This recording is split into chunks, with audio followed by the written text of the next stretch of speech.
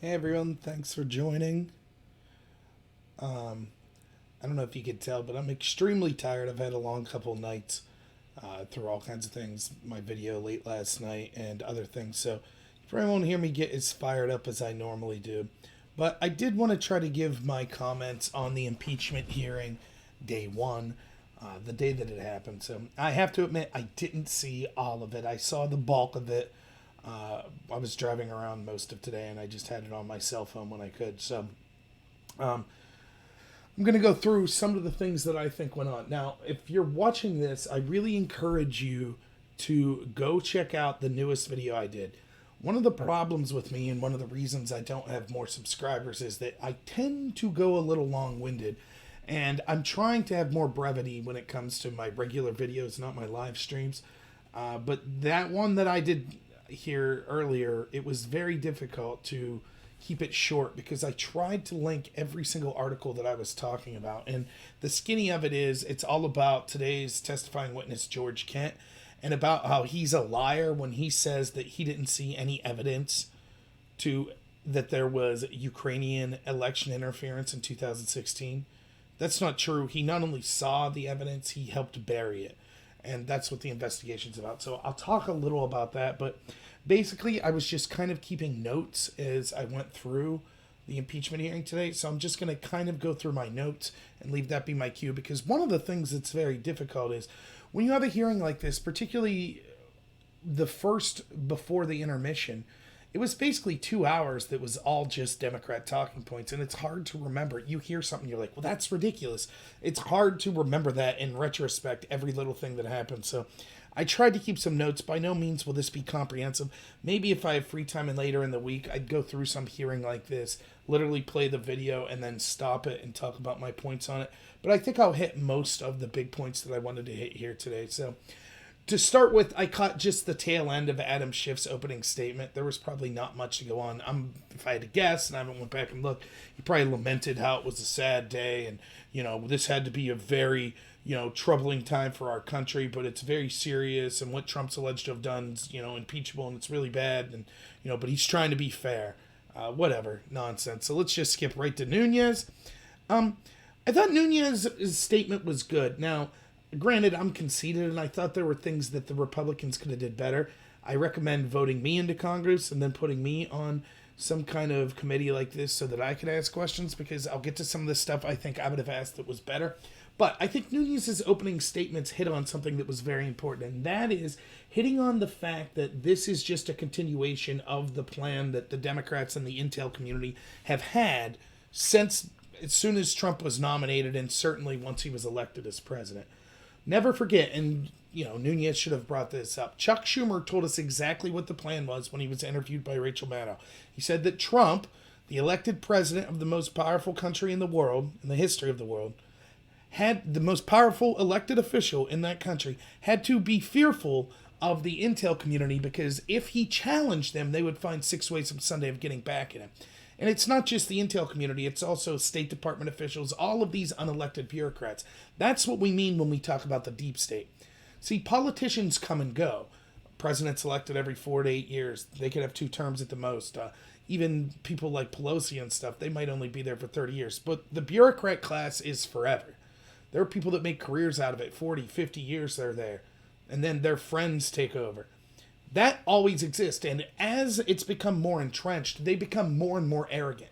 And I think that's something that even with Kent and Taylor today, you saw. They're incredulous that a president would come along and go against their established foreign policy. But as you can see, I'll be able to point out their hypocrisy with their establishment foreign policy. Because in reality, just like we see with the Democrats and the media, the politicians in the media, they're complete hypocrites. They'll say that when Trump does something or when the Republicans do something, that it's wrong and it's terrible. But when they do the same thing, or when the side they're supporting does the same thing, they say, well, it was for the better of the country, so it was okay.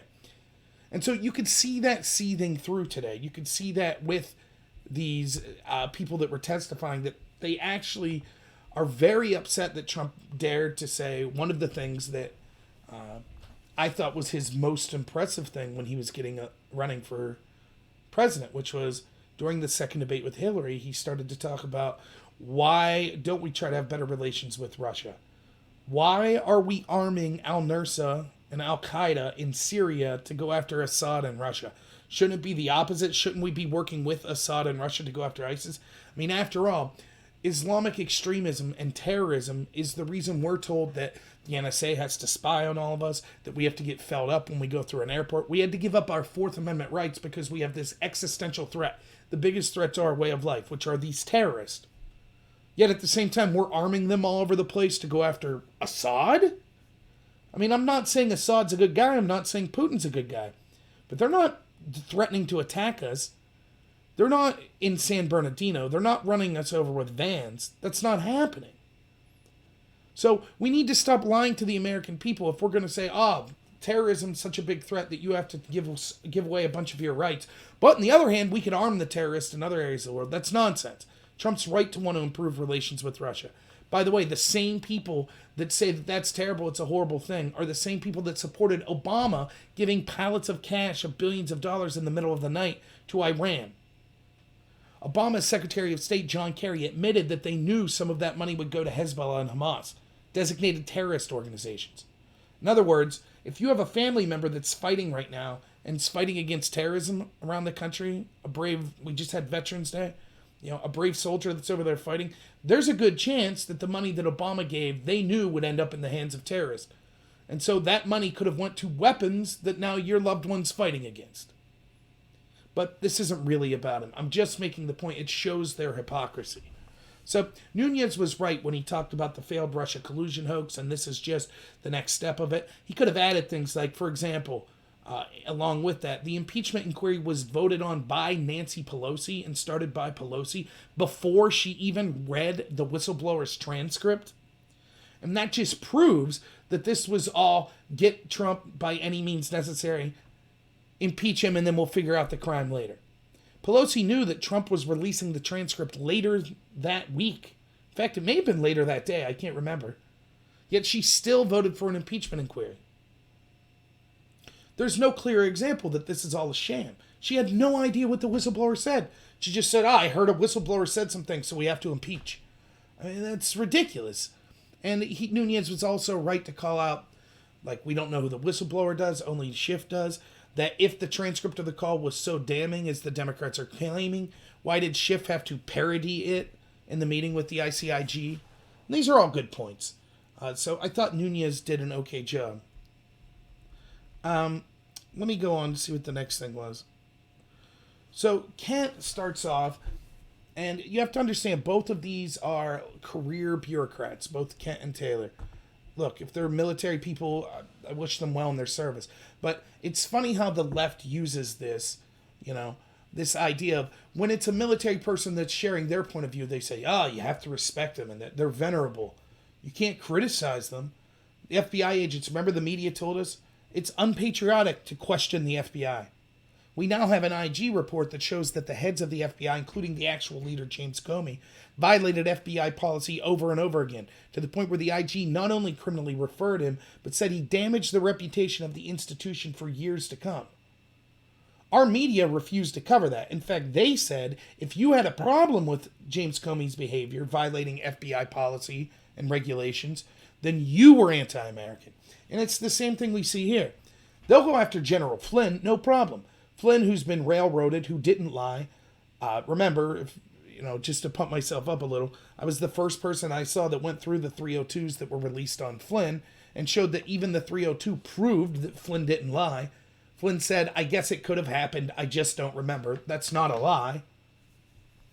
So he was railroaded. I don't remember the media or all these Democrats saying, my God, Flynn's a decorated veteran. How dare we treat someone like this? How dare people call him a liar? But that's what happened. And so my stance to not be a hypocrite is, I don't care if you share my political beliefs or you're against my political beliefs. If you're a veteran, I respect you for your service, no matter what. Like John McCain, I think he did some really bad things for this country. I think that he's one of the Republicans, never Trumpers, most responsible for pushing the Russia collusion hoax. But I do thank John McCain for his service. But one thing isn't causational to the other. Just because you serve doesn't mean that I have to say, I can't criticize you in your position after that service. It's absurd. So I'll criticize Taylor and Kent all I want, particularly Kent, who I know more about because of the video I did today and the research I did to him. But Kent starts off, and this is something that you'll see from Taylor as well, and they're talking about how protecting the Ukraine is such an important thing. If you didn't see it, check out Tucker Carlson's show tonight, his opening, because he said it better than I could say it probably, which is this is just a further example that the establishment, the deep state, the bureaucratic state, they are still living in the Cold War. They can't accept that a president would try to have better relations with Russia. They say that, and Tucker puts, again, I'm stealing this from him, but it is a thought I had when I was listening to this that I wrote down. The same people that tell us we don't have to protect our borders say protecting the borders of the Ukraine are the most important thing we could do. Now, that's absurd. If it's so important, why aren't any of the other NATO allied countries doing anything? It's just the U.S. The U.S. has to be the one that's constantly sending billions of dollars, again, like always. Now, how does this work out? It seems like almost every time in recorded history, we proxy arm someone. Yeah, what's wrong with these people not commenting, Modus? Every time we proxy arm someone, it seems to come back to bite us. I mean, I could go through a list right now, just off the top of my head. Remember when we armed Fidel Castro? How'd that work out? Remember when we overthrew the Shah in Iran? How'd that work out? Remember Libya? How'd that work out in Benghazi? You remember Afghanistan in the 70s? How'd that work out? We armed the Taliban and created Osama bin Laden. How about in Syria? Well, we armed a bunch of violent rebels that were killing the population of Syria in the name of going after Assad. On and on and on. So I'm tired of people that have been wrong over and over and over saying, oh, it's not even, you can't even question this. To even question our judgment and our policies makes you a bad person. That's ridiculous. Now, I will admit, I don't have the expertise or the actual in-depth knowledge to know exactly what we should be doing when it comes to relationships with Russia, with the Ukraine. But even with, whether it be Iran, North Korea, Russia, any of our China, any of our perceived enemies, I'm all for using diplomacy over military confrontation if possible. If I was president, my strategy would be that of, Teddy Roosevelt. Walk softly and carry a big stick. We don't want to go to war, but if we have to, it will be devastating to you to the point that you will never dare challenge us again. That would be my policy. But you want to try to avoid a military conflict, and you want to try to avoid antagonizing would-be enemies by admittingly arming their neighbors. Now, the little I do know about the situation in Ukraine is I am utterly convinced that the United States had a lot to do with the coup that overthrew Yovanovitch, the pro-Putin president. And when was the coup? 2013, 14? And so then there's a lot of talk of, but Russia tried to annex Crimea. But there's a lot of complications. I'm not going to pretend to you that I have the expertise on this or the knowledge. It's something I should look into more. But it's never as simple as it seems. It wasn't just, those dirty Russians were the aggressors and the Ukrainians, the pro-Obama Ukrainians were just fantastic, great people. It's not that simple. And so seeing as how the U.S. was involved in the coup and the U.S. was involved with sending military aid and things like that, again, I obviously favor the United States. I have no love for Putin at all. He seems like a terrible guy. He jails people that criticize him. That's horrible. We should speak out against that. But we deal with Saudi Arabia. We deal with terrible leaders all over the world. No one batted an eye. None of these people batted an eye. These careerist bureaucrats, when Obama was sending billions of dollars to Iran, admitting that some of that money would have ended up in the hands of Hamas or Hezbollah. So I just don't take them seriously. To me, it just reeks of more Cold War, more the forever warmongering class saying, no, we need to keep up aggression against Russia. Sorry, I just don't buy it. It could be true, but they act like there's no room for debate whatsoever. And the truth is, yeah, how do you know that, I guess? The truth is, oftentimes these deep state officials have been wrong, and they don't have the right to make this policy whatsoever.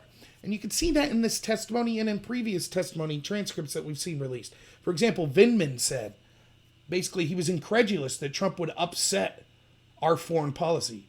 Trump sets the foreign policy. He doesn't have to listen to Vindman or Taylor or Kent and say, what's your guys' policy? That's not how it works. Kent, for example, goes on about being furious that Trump fired an ambassador named Yovanovitch. Now, I'll get to her in a little bit later. But he couldn't believe it. I mean, and he goes, yeah, I guess he had the right to fire her, but he didn't have to have a smear campaign. He can do what he wants.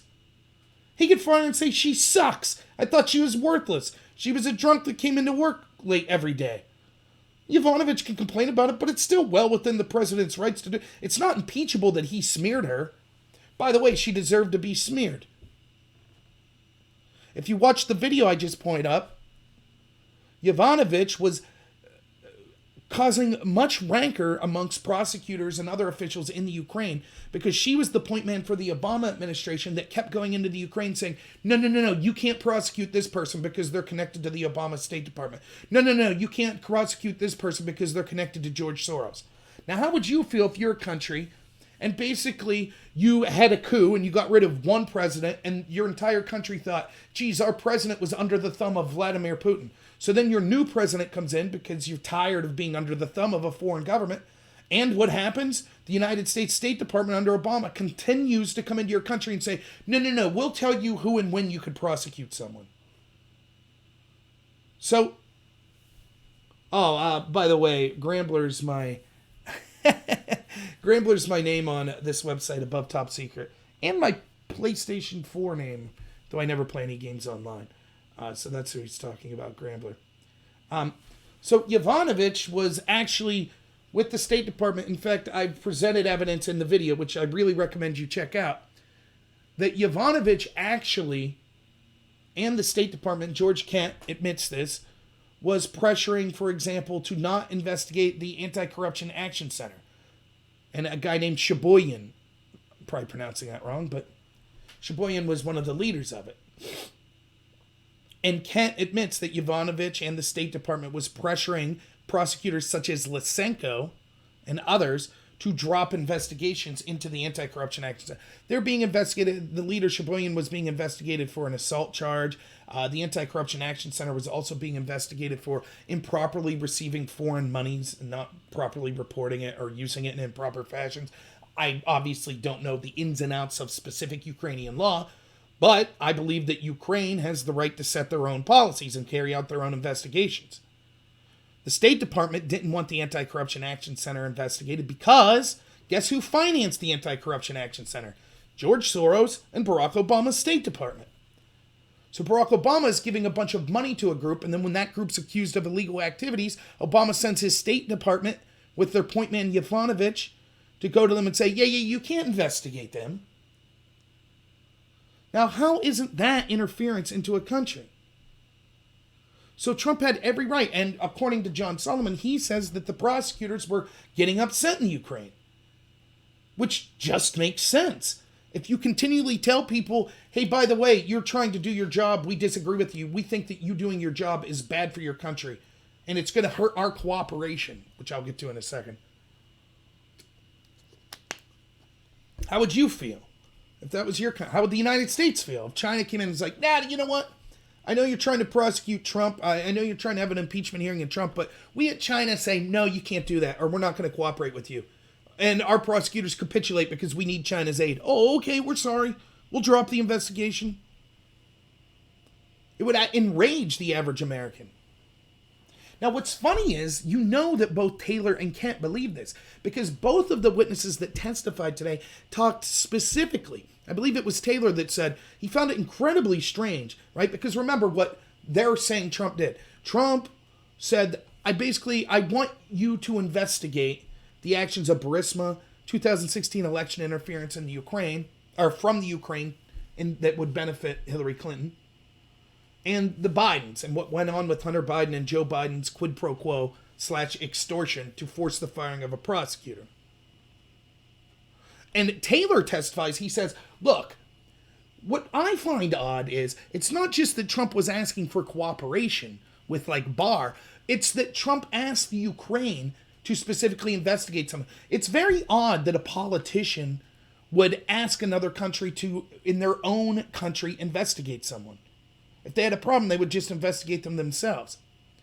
In other words, it's odd for an administration to worry about the affairs of prosecutions in another country. The problem is, for Taylor, and Kent kind of nodded in agreement, that's exactly what Biden and Obama did. Biden and Obama meddled in a prosecution and an investigation in the Ukraine.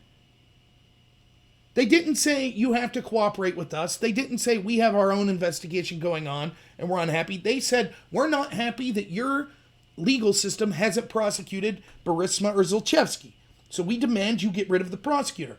Now, why did none of the Republicans ask Taylor, or Kent for that matter, now wait a minute. You say that there's a problem with interfering in Ukraine's political system, with their legal system, but isn't that exactly what Biden and Obama admitted?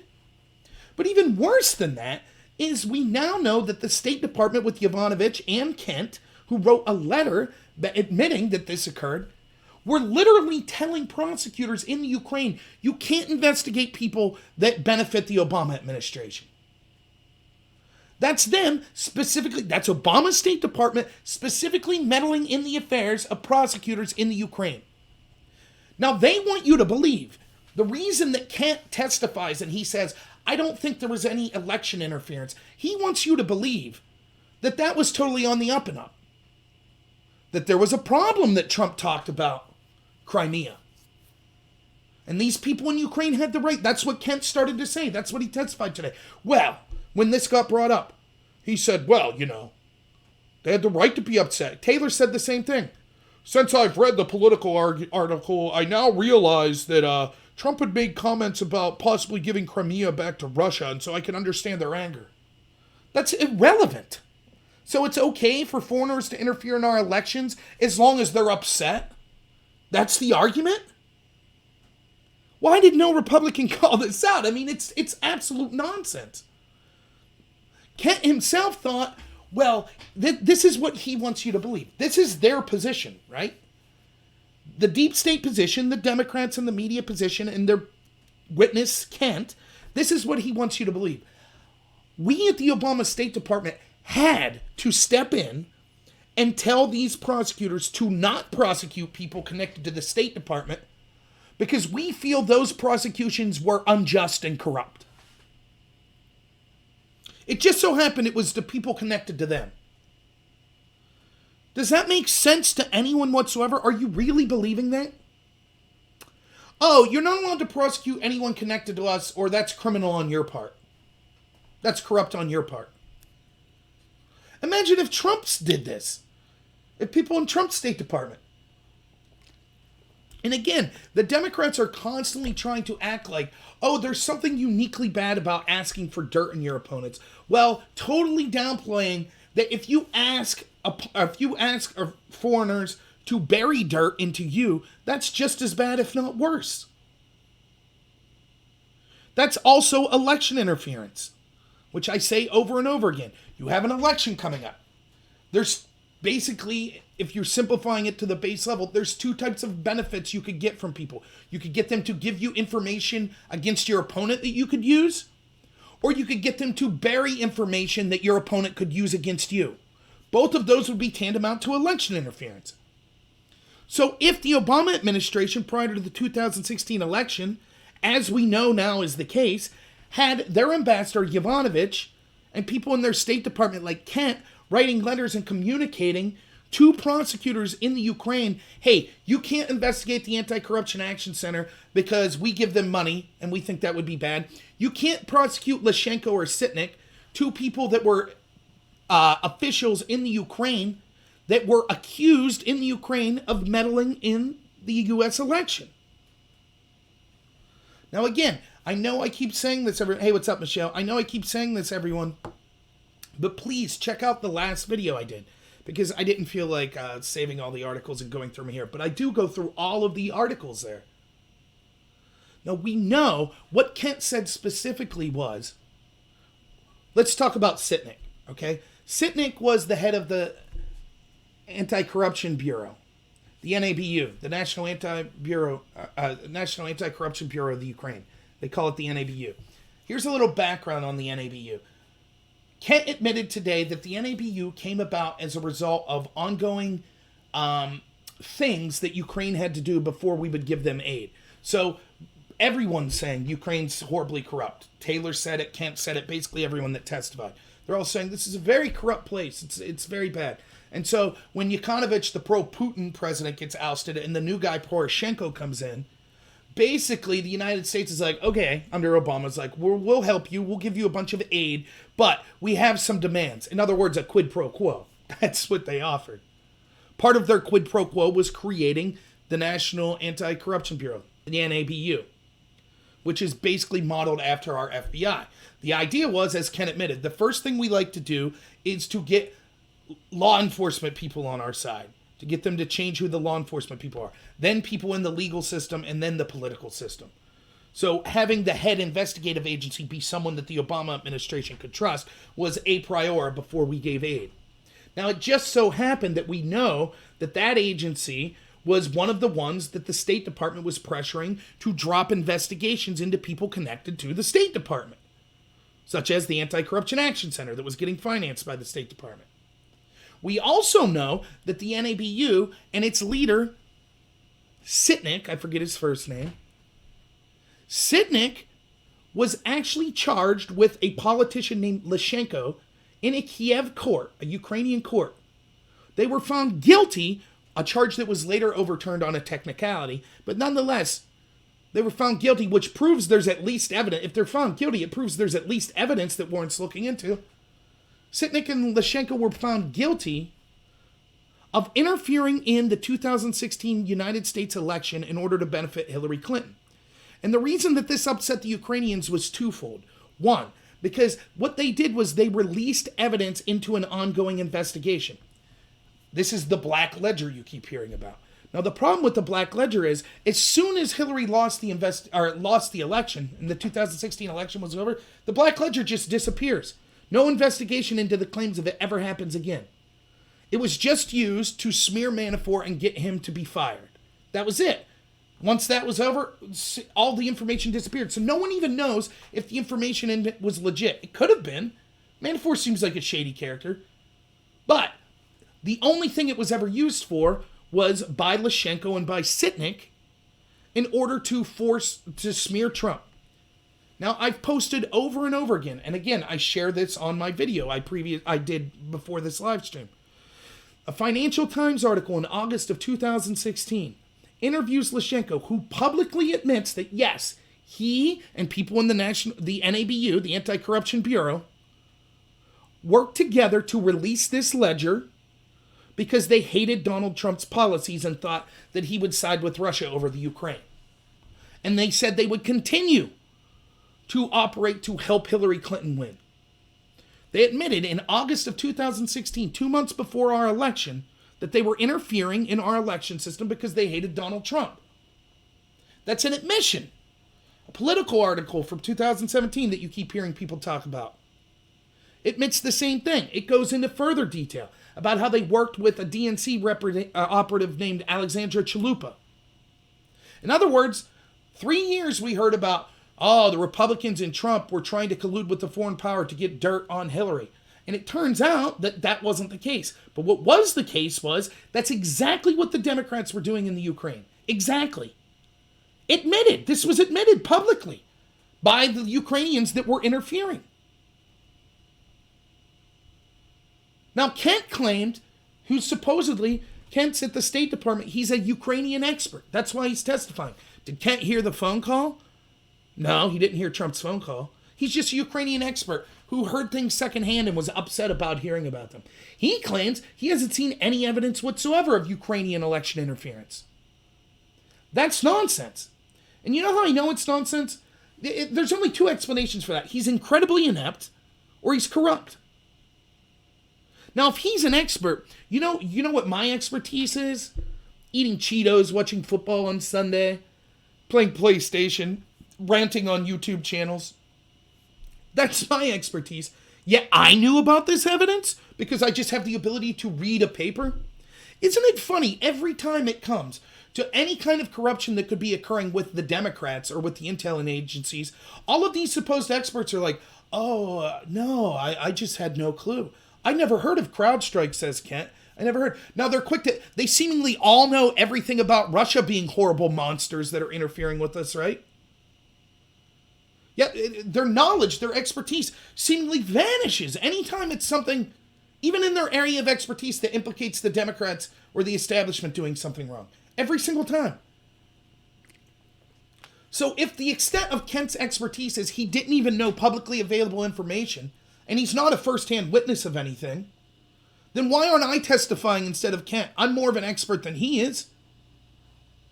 But nonetheless, the truth of the matter is we now know, as I've been saying, that Kent publicly admitted in his testimony that was behind closed doors that actually, yes. Let me look it up here. I'll see if I get the actual quote. He admits that, yeah, actually, there was pressure that was put on prosecutors, Litsenko, the prosecutor in the Ukraine, to not investigate Setnik. Now, what was Setnik charged with again? What was it he accused of doing? Interfering in our 2016 elections. Now, wait a minute, you might be saying. If you've been paying attention at all, you would say, wait a minute. Didn't we just have a 3-year investigation because the Democrats and the intel agencies and everyone else said... sorry, let me find this real quick. They all said, oh, the biggest deal in the world is foreign election interference. We have to investigate it. It's tantamount to an act of war. We could leave no stone unturned. We have to raid lawyers' offices in the middle of the night. We have to charge people with crimes from 8, 9, 10 years ago and hope that they flip, because election interference is that important. Now we have a U.S. State Department officials publicly pressuring the Ukraine to not investigate evidence of election interference into our elections. Does that make any sense to you? And they're claiming their reasoning for that was to somehow fight corruption. Does that make any sense to you whatsoever? It just so happens every single time we're talking about election interference. Biggest deal in the world if it could have benefited Trump. No big deal at all if it could benefit Hillary. In fact, we should pressure the countries that are investigating that interference to stop it.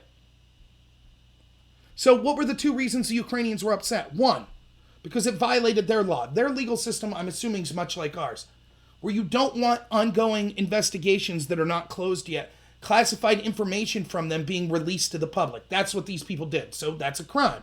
Secondly, the article specifically talks about how these Ukrainian politicians were upset that they thought this was damaging U.S. relations because it was getting involved in domestic politics of the United States. Now, does that sound familiar? Because that's exactly what Vindman said. That's exactly what Taylor said. That's exactly what Kent said. What all the Democrats and their witnesses are saying. Oh, Trump pressuring them would be encouraging them to get involved in domestic politics, and that would be devastating to our relationship. But here's Kent, one of the people saying that, admitting, yes, we at the State Department, when Ukrainians said, hey, we're investigating these 2 people because we think that they're damaging our relations with the United States because they interfered in their election, the State Department under Obama said, no, don't investigate them. Here's what, I want you to listen to this really closely. Here's the quote. This isn't me making stuff up. This isn't John Solomon or any other reporter saying this is what I think happened. This is a direct quote from the closed-door testimony of Kent, the gentleman who testified today. Here's a quote from page 70 of the transcript, if you have it. Kent says, we warned both Litsenko and others that efforts to destroy the NABU as an organization, including opening up investigations of Setnik, threatened to unravel a key component of our anti-corruption cooperation. Let that sink in for a minute. If you open an investigation into Setnik, that threatens to unravel our cooperation with you. And what was that cooperation? What kind of... They testified to it. Kent admitted it. What was the cooperation we had with these people involving anti-corruption? We were sending them aid. Billions of dollars in aid.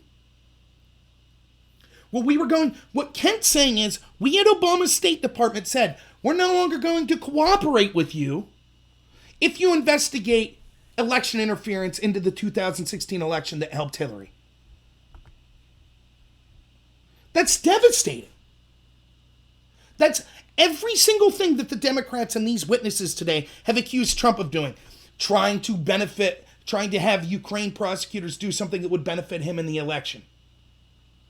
Interfering in the Ukrainian legal system. We see that this is admitting that the Obama State Department, himself included, were telling Ukrainian prosecutors, if you investigate election interference that helped Hillary Clinton, that's going to jeopardize our cooperation with you. How isn't that a quid pro quo? How isn't that extortion? I mean, that's nonsense. And yeah, thank you, Clever.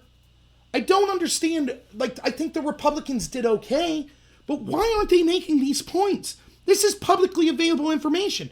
All of the Republicans that were on the Hill today, that were involved in this, were also there in the closed door testimony. So they heard Kent say this. Now, this is just devastating. I haven't heard one person make this argument other than me. I haven't heard one person that I've made the argument to have any defense of this whatsoever. There is no defense. Now, who is Kent? Does Kent have firsthand... Did Kent meet with the president, Trump? No.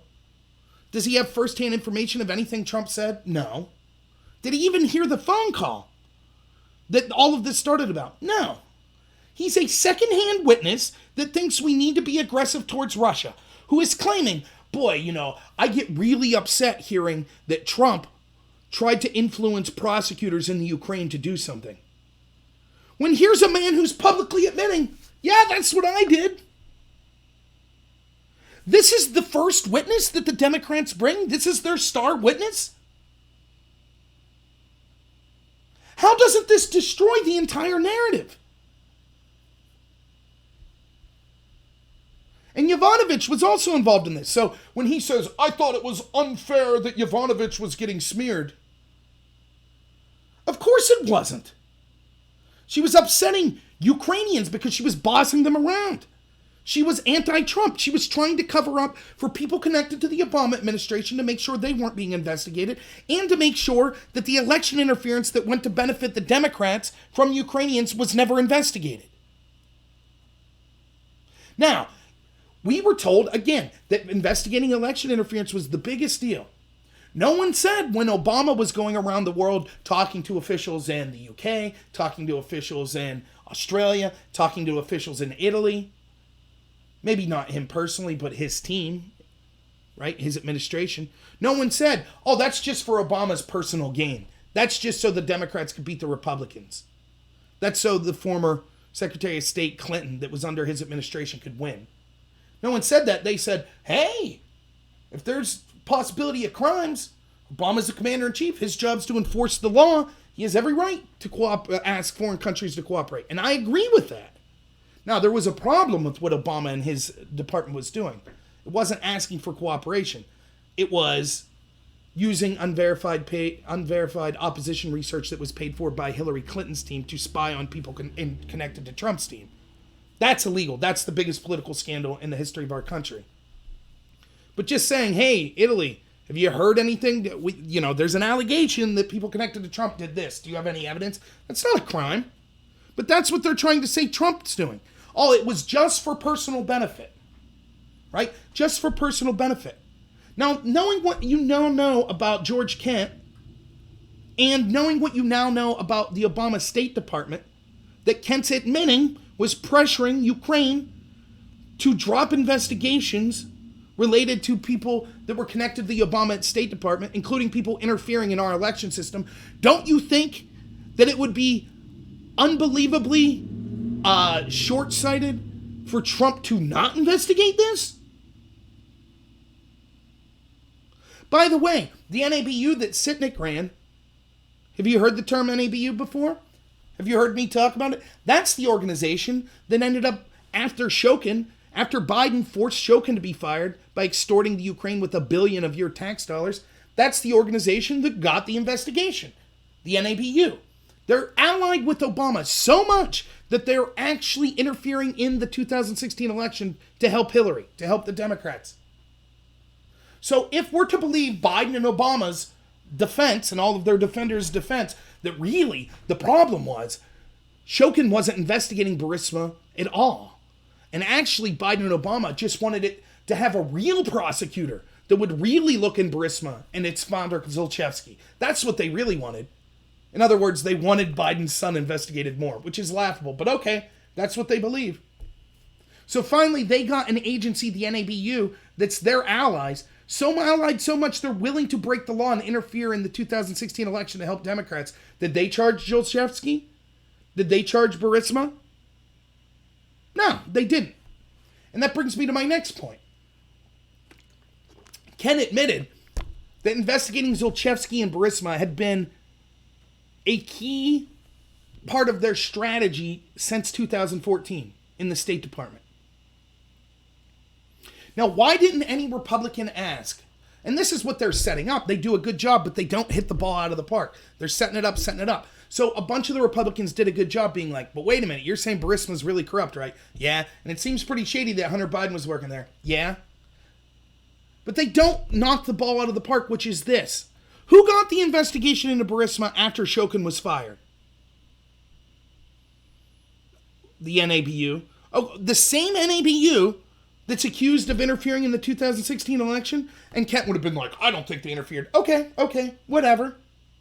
But it was the NABU that you had a close working relationship with, right? I mean, your letter, the State Department's letter, saying don't prosecute Sitnik, proves that you had a close relationship with Sitnik, who was the leader of the NABU, correct? Of course that has to be correct. They wouldn't be saying don't prosecute someone unless they thought they were an asset to the U.S. administration. So then why didn't Sitnik or the NABU actually do anything to punish Burisma or its founder Zlochevsky? They gave him a small fine and let him walk on their way. And who knows what Kent would have said. And then the final question is, don't you think we should investigate the NABU? That let this corrupt oligarch go free? Should we really be giving aid to a country who we set up their anti-corruption center? And it's so corrupt that a guy we've been saying we need to get for 5 years now was allowed to walk free?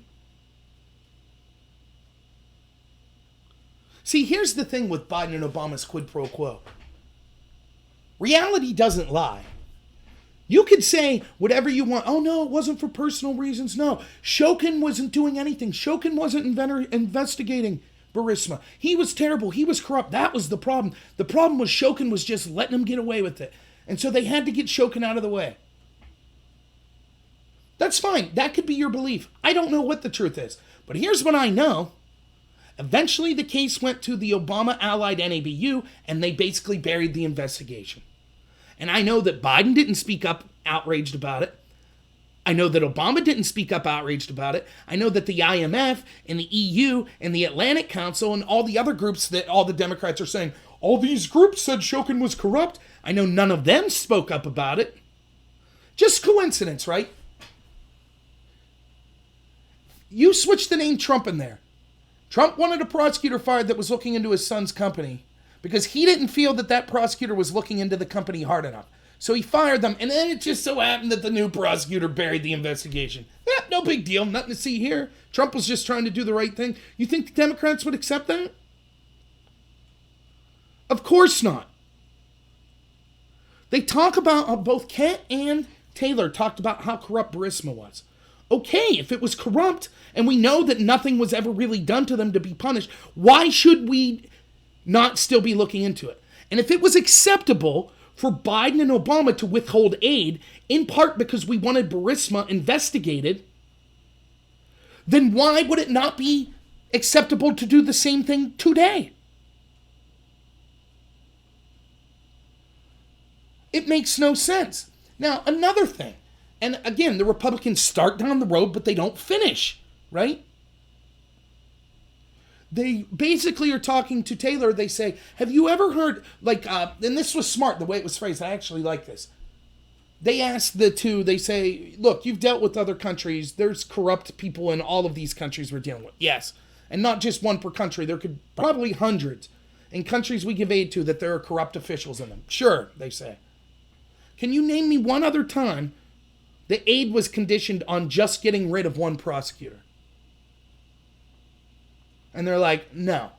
Now, their argument, and specifically Taylor's argument, continued to be the whole time, and the Democrats were trying to hit this home. Can you name me one other time that a president is for personal benefit? Which I'll get to that in a minute. And then Taylor's like, nah, this is kind of unprecedented. Senator Giuliani, that's unprecedented.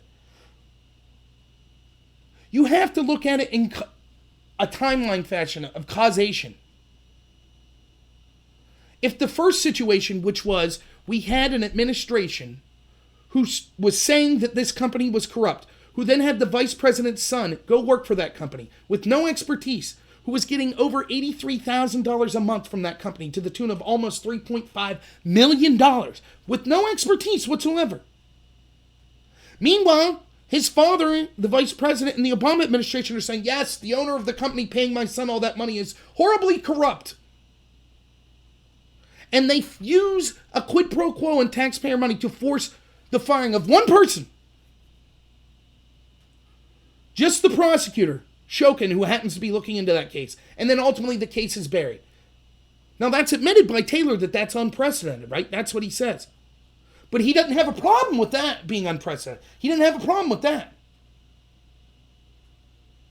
Now we know that people that were holdovers from the Obama administration in the State Department, like Yovanovitch and others, weren't doing squat to investigate whether or not that was corrupt.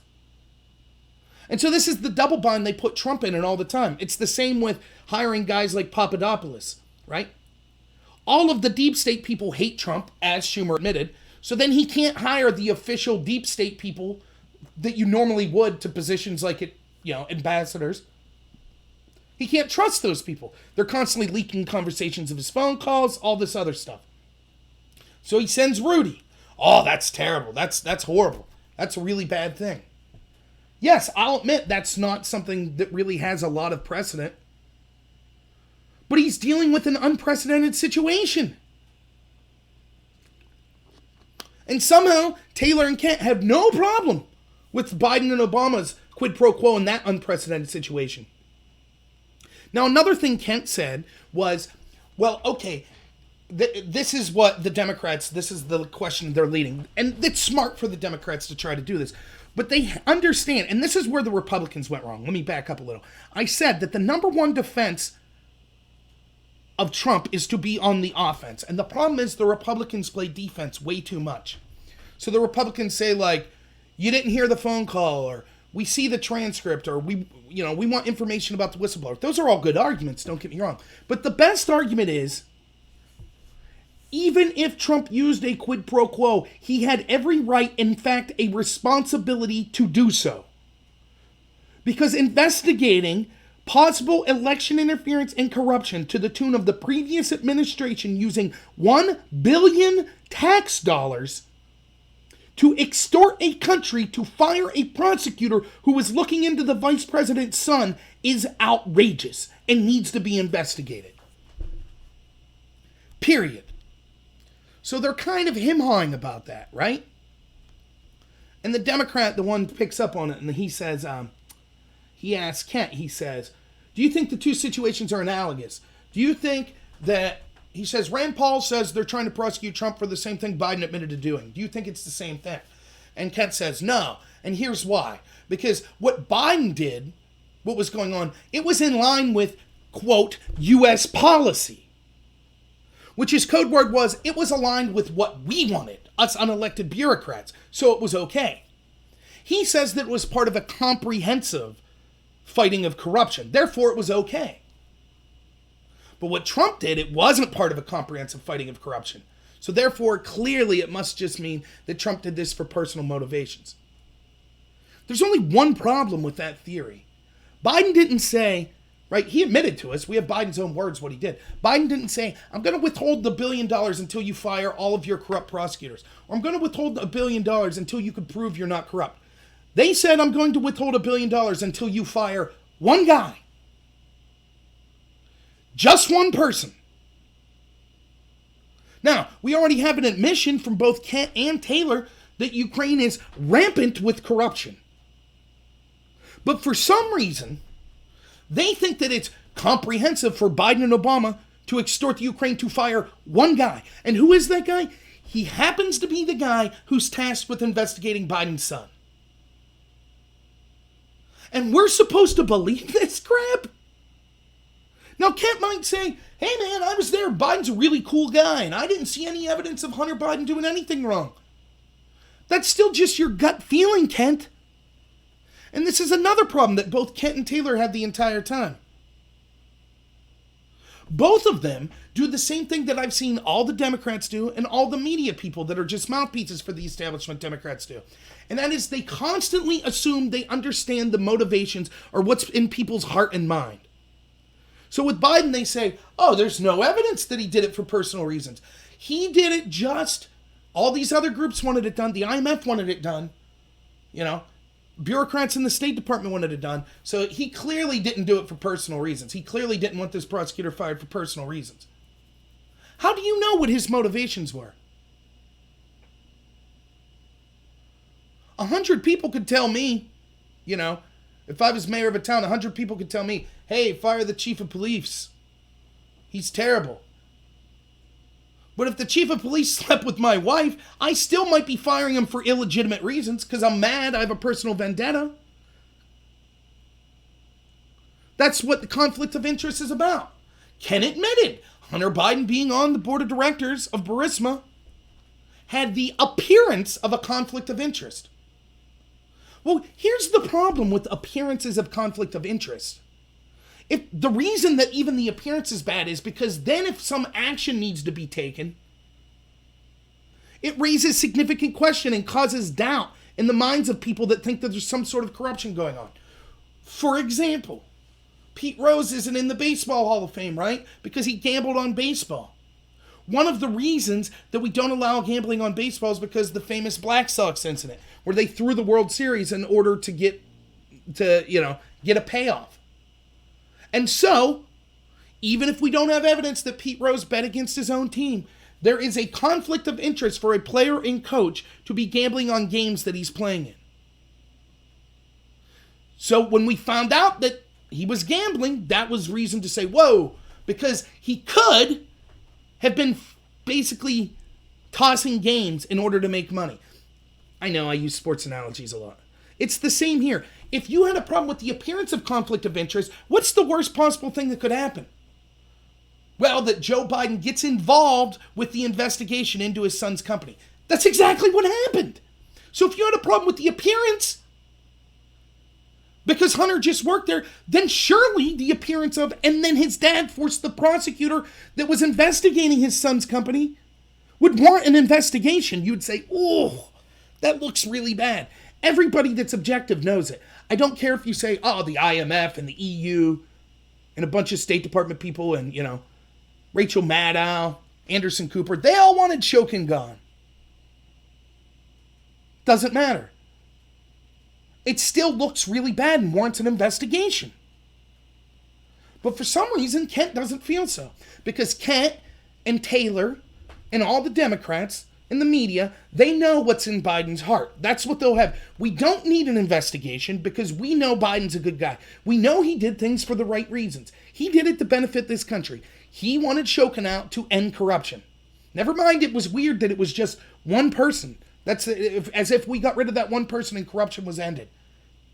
Never mind all that. That had to be his motivation. It's a conspiracy theory to suggest otherwise.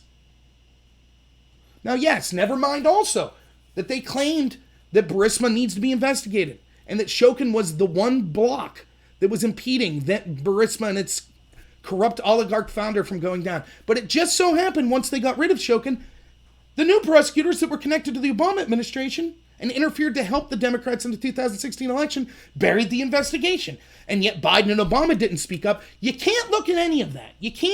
No, you're not allowed. We know that Biden has a good heart. Okay, then meanwhile with Trump, they make the exact opposite argument.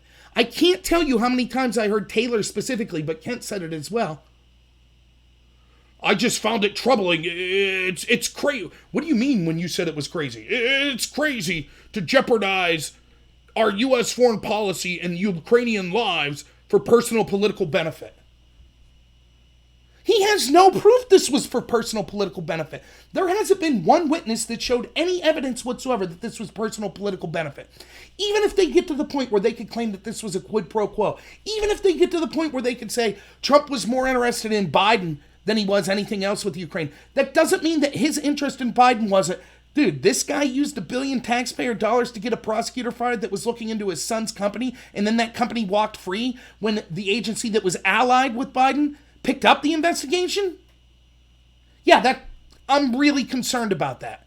The highest levers of our power acting so corrupt that they're extorting a country with $1 billion for possible personal reasons. Yep, you're damn right I'm interested in that. It is entirely plausible that Trump had an interest in Biden and had an interest in investigating 2016 election interference and had an interest in investigating Burisma because he had an interest in making sure he wasn't giving aid to a corrupt country. That's exactly why they say it was okay for Biden and Obama to issue their quid pro quo. But no, they all just assume. And then the hilarious part is they're asking Taylor then. They say, okay, we're talking about this black ledger, right?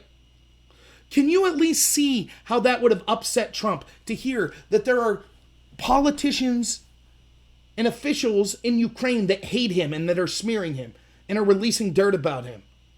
And what did Taylor say? Hilariously, he said, well, I can't know what's in Trump's heart. I can't know what's in his mind or what he's thinking.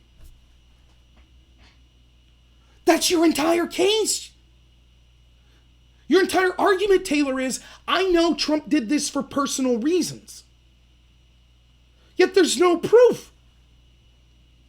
So on one hand, with Biden, we can't have an investigation, and you're conspiratorial, and if you're in the DOJ, it's a crime for you to investigate Biden, because their gut feeling says Biden did things for the right reason.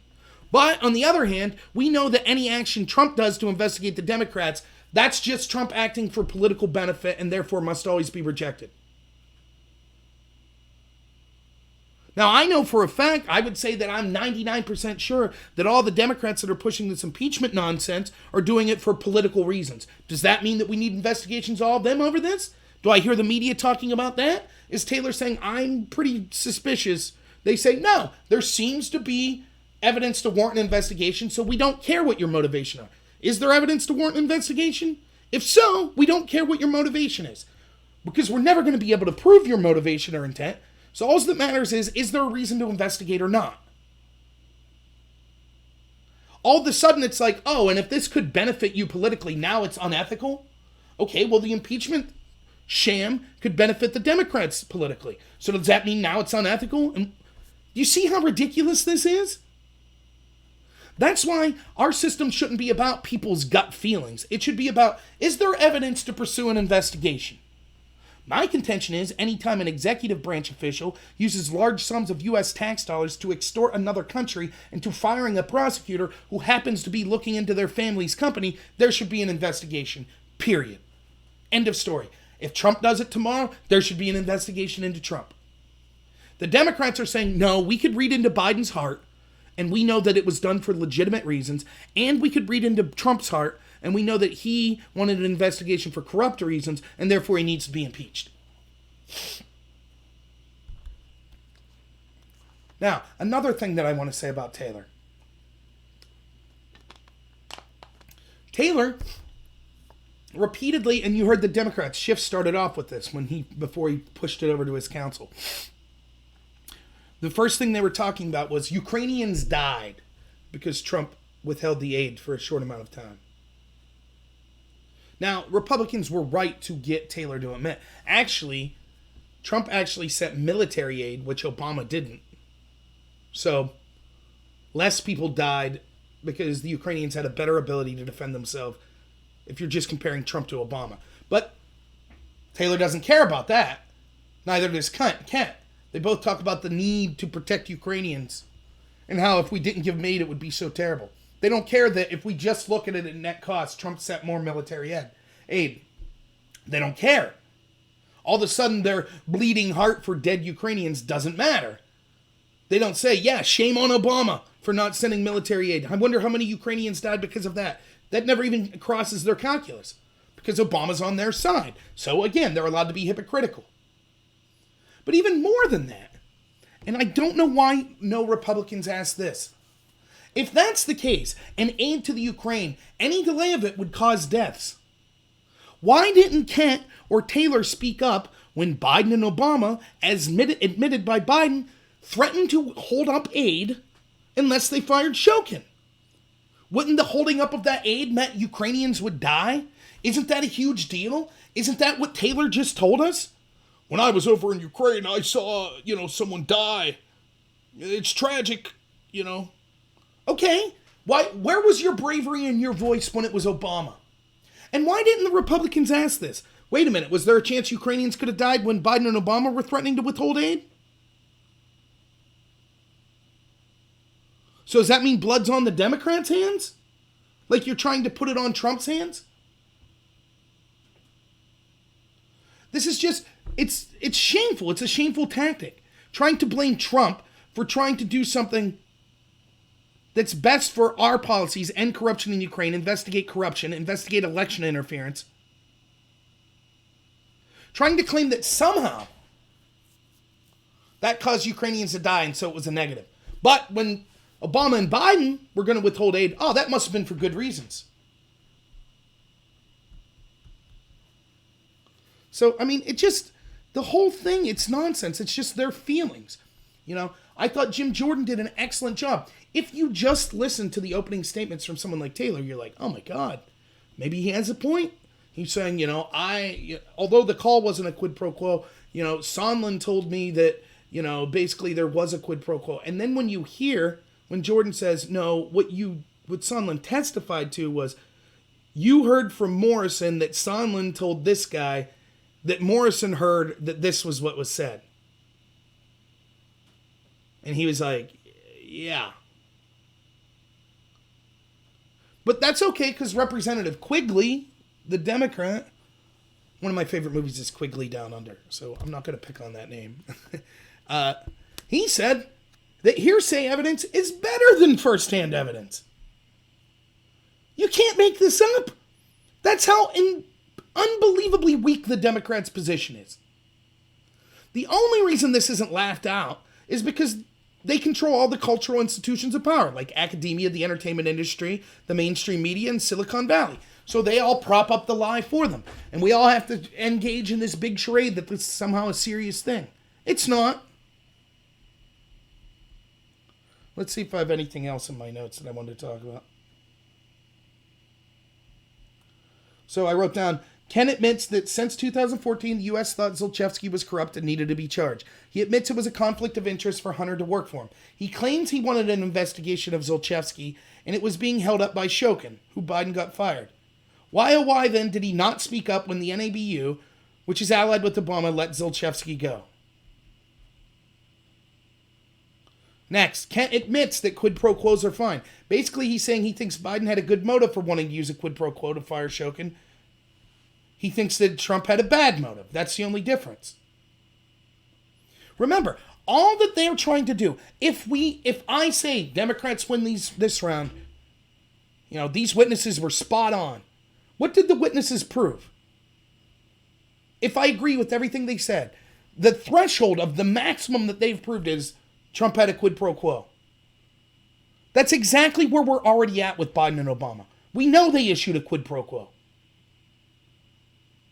The Democrats want you to say, well, that quid pro quo was okay because it was for good motivation, but Trump's is bad because it was for bad motivation. When they haven't said word one as to how they understand Trump's motivation, and even more spectacularly, how they understand Biden's motivation, considering there wasn't even an investigation. Yet somehow they claim to know his motivation.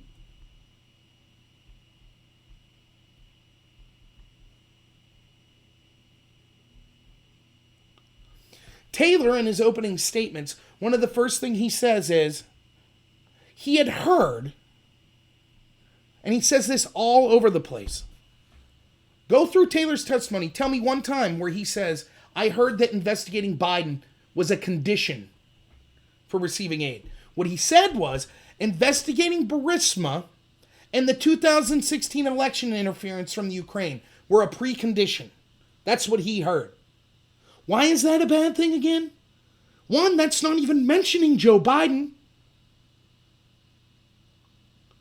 So when he first heard, it doesn't even mention Biden. And second, you could say, well, later in his testimony, he said that, he thought that Biden was part of that investigation. Okay. But he's saying just the idea of, let's just make it real simple.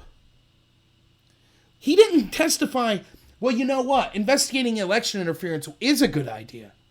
But the Biden part was too far. He doesn't say that, does he?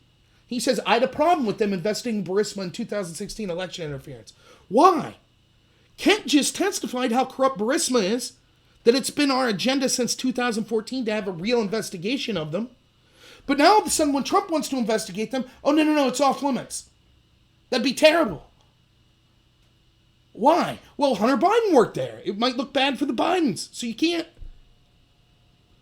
When it comes to investigating election interference, something that we were told for 3 years was paramount in our country, the most important thing. It's all they talked about in the mainstream media for 3 years. Mueller was going to save us all. We had no stone unturned, right? We had to raid Roger Stone, raid all these people in the middle of the night with, guns drawn. Now all of a sudden, the star witness is testifying. Oh my God, can you believe it was crazy? Trump wanted to investigate election interference? That's crazy. That's crazy. We can't allow that.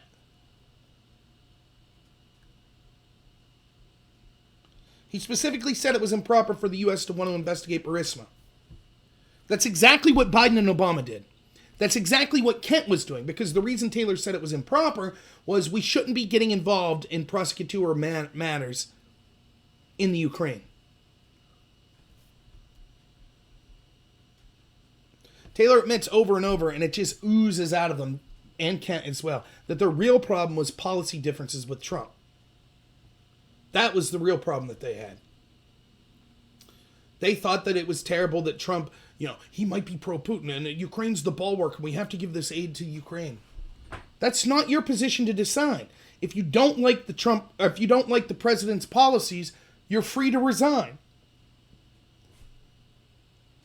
You're not free to say he's going against the policies of the United States and then acting against him.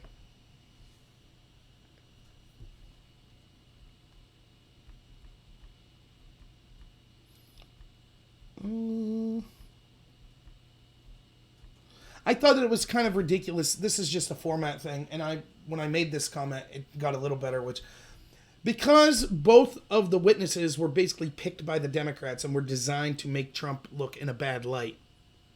And then the Democrats got 45 minutes. The first 2 hours and 15 minutes was 2 hours and 5 minutes of just the Democrats. Most people that watched were going to start by watching. They're not going to watch the whole thing. So you might tune in and see what's going on in the first hour and then say, okay. So you basically just got to hear the Democrats talk. Now, in fairness, when they came back from intermission, they allowed the Republicans to talk for 45 minutes. And I get it. That's their right as the party that's in charge.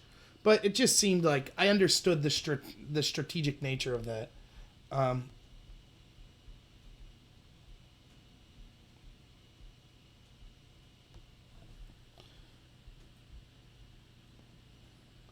Again, I mentioned this, but Taylor talks specifically, he's being asked, what do you think about all the stuff that was in that Politico article? What do you think about the fact that there were Ukrainian officials that were leaking information illegally interfering in the 2016 election? And Taylor's response is, well, since I've learned about that, I know that they were upset because Trump mentioned things about Crimea going back to Russia. That's not an answer. Oh, okay, then it was okay for them to interfere. Are you nuts? That would be like saying, well, let's assume the Russians did hack Hillary's emails. Well, Hillary said no-fly zone in Syria, and that would have been basically an act of war to Russia. So, they're really mad at Hillary, so, I guess they were allowed to hack their emails and interfere. Does anyone think that argument wouldn't have got laughed out? But that's where we're at here. Another thing I want to talk about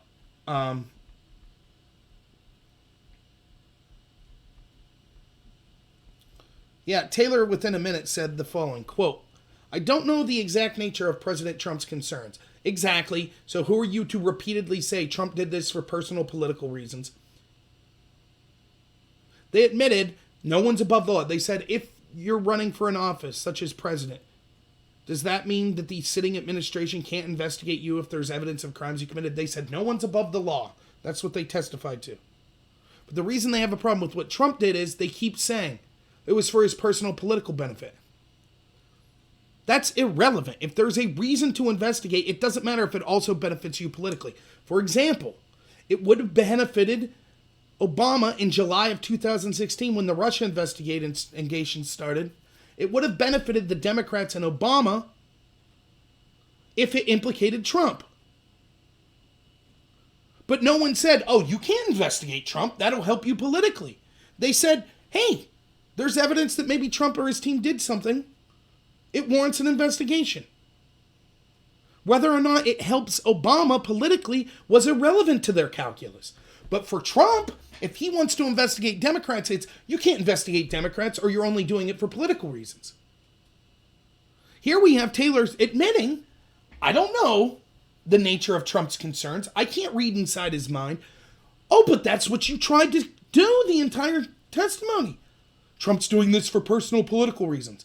This is an admission. He has no way of knowing that. Then right after that, Taylor says, they're asking him, they're saying like, look, if there was reason to investigate, if we saw that this ledger and there was election interference, isn't it an entirely appropriate conversation when Trump for the first time is talking to his counterpart in the Ukraine to ask, hey, will you help an investigation of this? Taylor responds, quote, I don't know the appropriateness of this conversation. Are you kidding me? Taylor's entire testimony is that conversation was inappropriate and was somehow a quid pro quo. Now all of a sudden, oh, I don't know if it was an appropriate conversation or not. Okay, case closed. I mean, it's unbelievable. One of the things that people kept repeating that I heard over and over again that we're talking about this.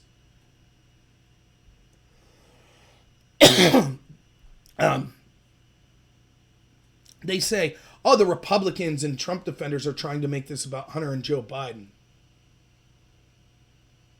Well, yes, and I understand the Republicans need to do a better job of this, but the entire case for impeaching Trump is he had no right to investigate Joe or Hunter Biden. So if you could prove there is a case to investigate Joe and Hunter Biden, then there's no case for impeachment. It's that simple. It's not whataboutism. That's what they're oh, whataboutism.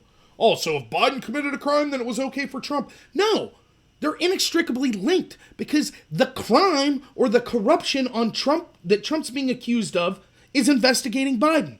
So the question of did Biden do something worth investigating?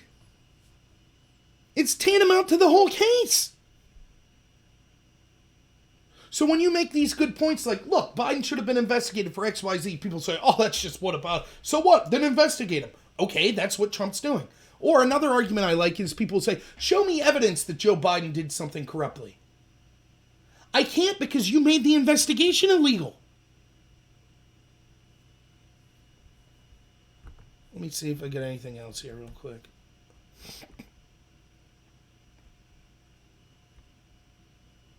So when Kent was being asked about Biden's quid pro quo, he said, and this is almost a direct quote, but I am paraphrasing a little, that we have a fiduciary responsibility to investigate Burisma because we give the Ukraine aid. In other words, if we're giving a country aid, we have a responsibility to the taxpayers to make sure that it's not going for corrupt purposes. Therefore, we should have investigated Burisma. Why is it wrong for Trump to investigate again? It's literally the exact same situation. We're sending them tax dollars in aid, so we have a fiduciary responsibility to make sure that there's not corruption occurring.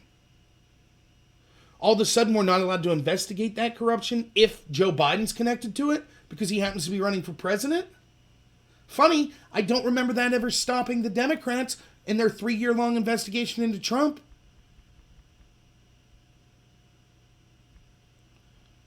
I'm getting near the end here of my notes.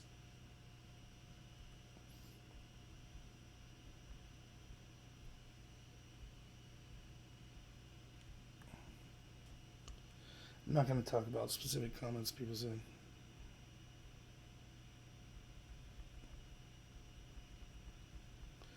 Representative Castro, who I think is the same one running for president, he does have a brother, though. I don't know if it's a twin or not. I think it's a twin brother. But Castro makes this impassioned soliloquy where he's like, if we allow Donald Trump to get away with this, does that mean he can investigate any member of Congress, any of his political rivals? He could have foreign governments start investigations on anyone who disagrees with him. It'll set the precedent for the president to be able to launch these investigations into anyone.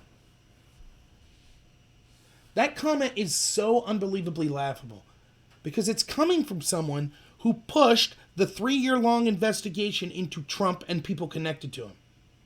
Now, my claim the entire time with the Mueller investigation and with the FBI investigation into Trump, this is one of the first things I said. Okay, I guess the precedent's set now. The Democrats have set the precedent. So Trump, all he has to do is have the RNC pay a foreign spy to go to a country, say China, get fake dirt that's never verified, all paid for by Trump's team and the RNC, then use that dirt to spy on his political opponent. I told Democrats, if Trump did that, you would be screaming your head off, rightfully. I would be right there with you. Oh, no, they said. No. Now here we have Castro saying, oh my God, if Trump's allowed to ask Ukraine to investigate Joe Biden, oh my God. And of course, the Republicans weren't smart enough to reverse the question. If Biden and Obama were allowed to fire a prosecutor looking into Biden's son's company, then I guess that means Trump's allowed to do it. The precedent's been set. Presidents are allowed to do that now. They're allowed to condition foreign aid on firing prosecutors looking into investigations that involve their family. That's the precedent. That's what you've set. But of course, the Republicans didn't make that argument.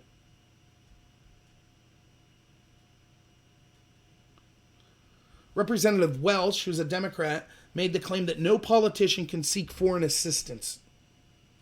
Then why isn't he calling for an investigation into Biden and Obama, who sought foreign assistance in the firing of a prosecutor that was looking into his son's company? Well, he'll say, no, that's okay, it's for good reasons. And I see this over and over just with regular people because a lot of times the truth is the arguments that you see coming from the media and you see coming from the Democratic politicians seep down into the regular people. Not because necessarily the regular people, are bad or anything. It's just that's the way it goes. A lot of what I say probably sounds like people that have big channels or something. Anyways, one of the arguments I hear constantly, and this is why I try to get people to define their terms. This is like straight out of Dialogues of Plato. You have to get people to define exactly what they're saying is wrong. Because if you wait until the situation comes out, they'll just say, everything my guy does is right, everything your guy does is wrong. No two situations will be perfectly analogous ever. So they'll say, oh, the minutiae and differences mean it was okay for what my guy did and not okay for what your guy did.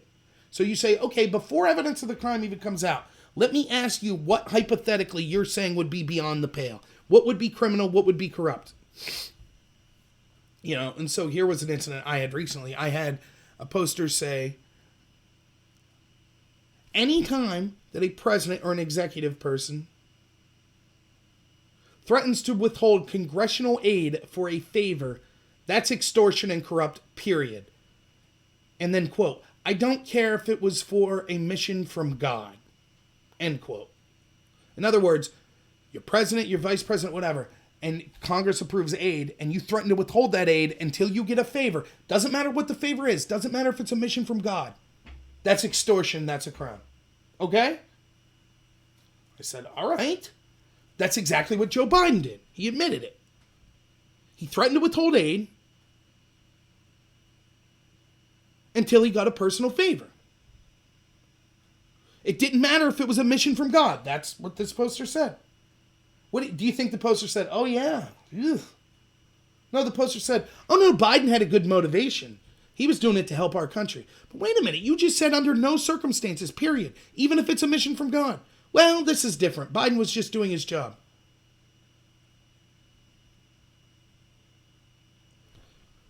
You know, I heard this earlier. I heard people say, let me see this comment.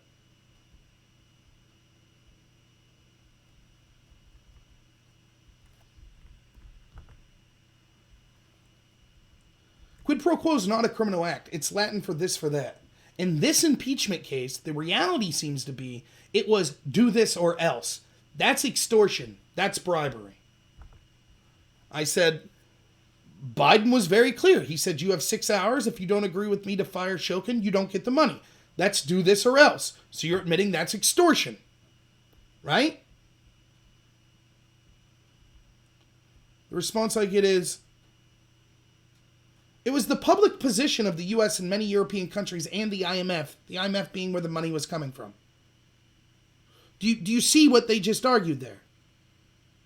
If you say do this or else, that's always extortion. Okay, that's what Biden did, clearly, way more clearly than what Trump did. He said, you have 6 hours, I'm walking out of here. Do this or else I'm leaving, you don't get your money.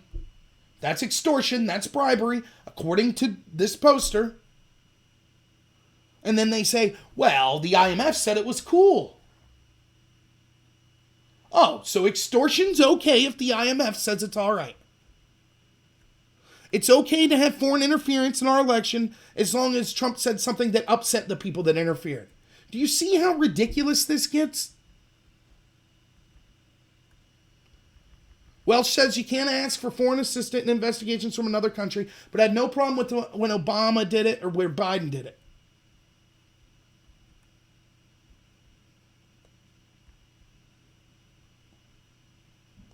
Schiff at the end says that there was no way the investigations Trump suggested could have benefited the United States in any way. Schiff's the same guy that told us for 3 years that the biggest deal in the world, the number one goal of Congress, was investigating foreign election interference. Now he's saying Trump's claim to investigate foreign election interference couldn't have benefited the United States in any way whatsoever. Not even conceivably.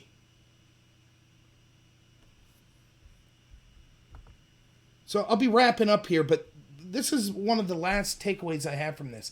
Every single witness that has testified that I've read the transcripts from, whether it be Fiona Hill, Vindman, Taylor, Kent, all of the Democrats that I've heard speak that are on this panel, and almost all the media people that are mouthpieces for the establishment Democrat, every single one I've heard say, there is no credible evidence whatsoever that Ukrainians interfered in the 2016 election. Now, I provided you evidence showing that in August of 2016, 2 months before the election, Ukrainians were quite literally admitting to interfering in the election.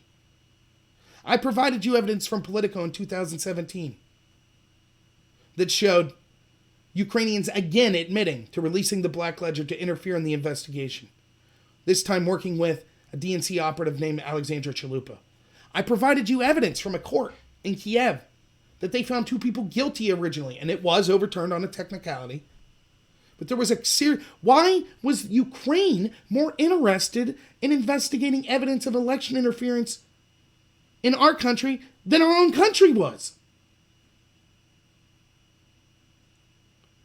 So if it comes out, if Durham or if the IG report or if whoever decides to investigate election interference and proves it,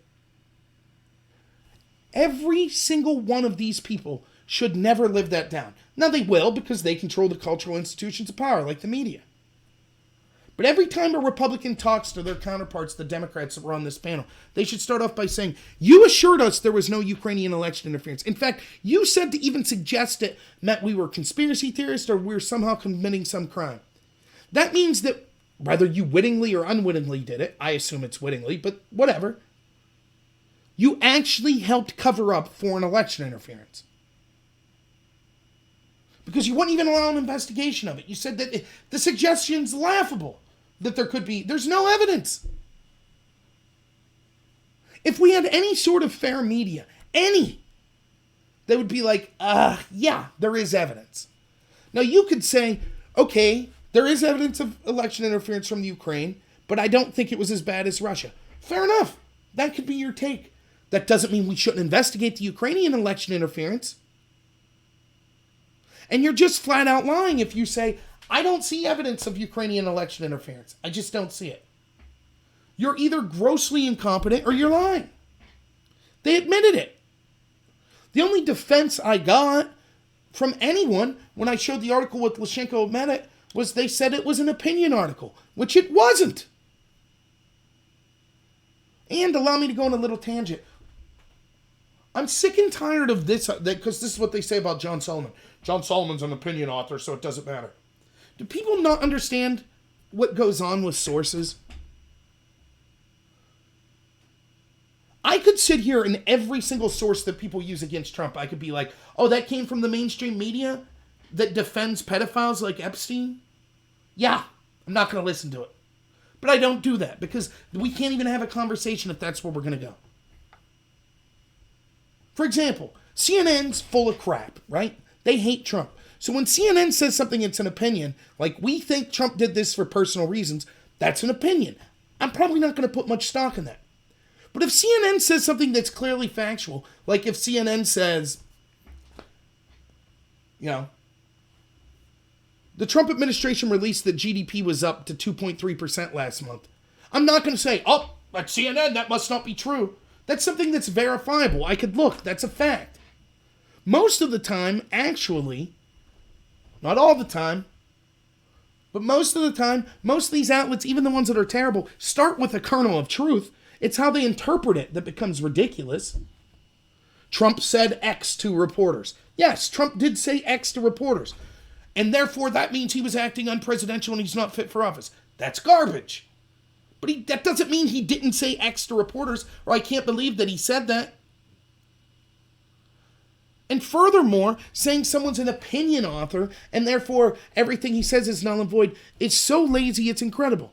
Now, you could believe that if his opinion is, like if I was saying, John Solomon says that, Obama was the worst president ever. You could be like, dude, that's just an opinion. This is an opinion author. I agree. I could say, well, it's an informed opinion, but you're right, it is an opinion. But when I post an article from the Financial Times that isn't even an opinion article, and it quotes Lyshenko saying, yes, I released this black ledger because I hate Trump. We're going to continue to do what we can to make sure Hillary wins. That's him quoting. That's not an opinion. That's a quote that the person who interfered is being the one quoted. That's not open for interpretation. He admitted it. It's just a huge pet peeve of mine. Well, it's an opinion article, so... Okay, if 99% of the article's opinion, and at the end of it, it gives a George Washington quote, that doesn't mean the quote didn't happen and it was only the author's opinion that Washington said that. That's ridiculous. But that's the only argument people could muster. That's it. And one other argument, while I'm talking about arguments that annoy the crap out of me. Here's one. This had to do with Vindman's transcript of his testimony that I was discussing the other day with someone. Vindman says, right, and I heard people defending this. In the transcript at one point, Vindman says, after the phone call, I counseled my counterpart in the Ukraine. Let me step back. Vindman's claim in his transcript is he felt that Trump's request to say, I want you to investigate Burisma and election interference and possibly Biden, he felt that was inappropriate because it was tantamount to meddling in domestic affairs in the United States. Right? So he's saying Trump's request was a request to meddle in the domestic affairs of the United States. Then Trump has his phone call. Vindman claims, I then spoke to my counterpart and I counseled him to not meddle in domestic affairs of the United States. In other words, what's meddling in domestic affairs of the United States? Investigating Biden. So he as someone who's supposed to be implementing Trump's agenda, who works for Trump's executive agency administration, was counseling his counterpart in Ukraine to do the exact opposite of what Trump said. I mean, that's transparent. But he also said in his transcript, but I didn't disobey Trump's orders. And so I had all these people saying, there it is in black and white. He said he didn't disobey the orders. So everything you're saying is garbage. And I'm like, just because he says he didn't disobey the orders, if I say, yeah, here's details of 5 banks I robbed, but I didn't break the law. You don't say, oh, okay, that's it. Rob said he didn't break the law, so he must not have robbed those banks. But he just went into detail. He showed pictures of how he robbed the bank. He told us specifically how he did it. Yeah, but he said he didn't break the law, so he couldn't have robbed the bank. That's stupid. And why isn't that applied to Trump? Okay, Trump said no quid pro quo, so, but wait, we need to hear from this witness. Why? Trump said no quid pro quo. That's it. That's the end of the conversation. He said no quid pro quo. Taylor said that he talked to Sondland. Sondland said no quid pro quo.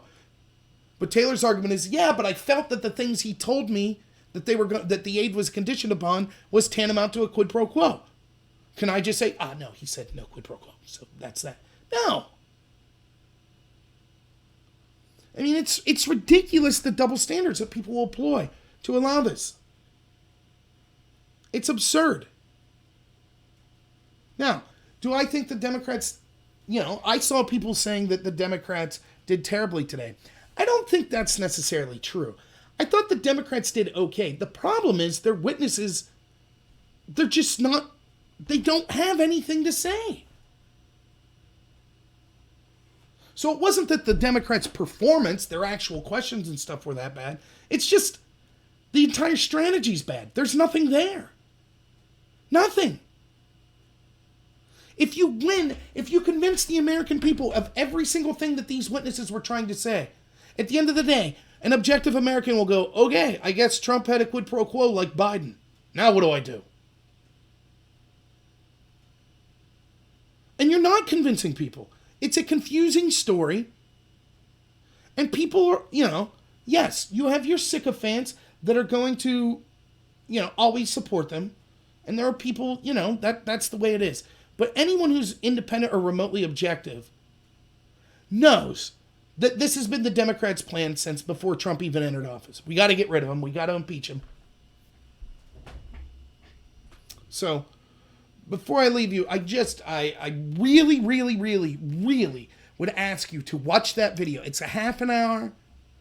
It's a lot of reading. But I link every source that's there. And I'm talking about the video I did, my last one before this live stream. It shows not only did Ukrainians interfere in the 2016 election, but that George Kent, the star witness for the Democrats, lied about it.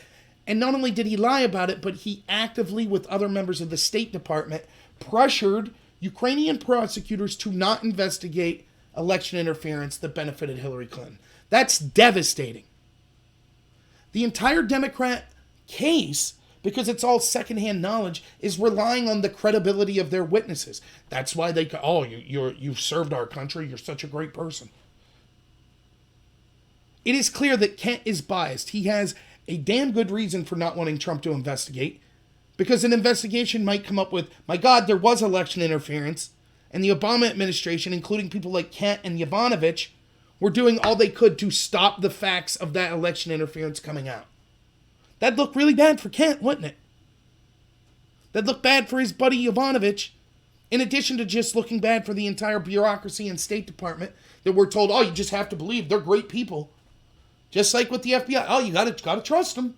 If they said it was a good idea to tell Ukraine not to investigate election interference, it must have been. So, I just think that it's important that, to me, that is the best argument that I've seen. I have not seen one person respond to.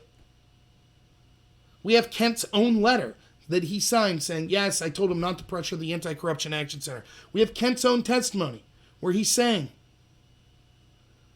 now, I'll tell you, I'll play devil's advocate. I know what the argument against this will be. When someone finally says, okay, I'll argue against them, they'll make two arguments. I know it.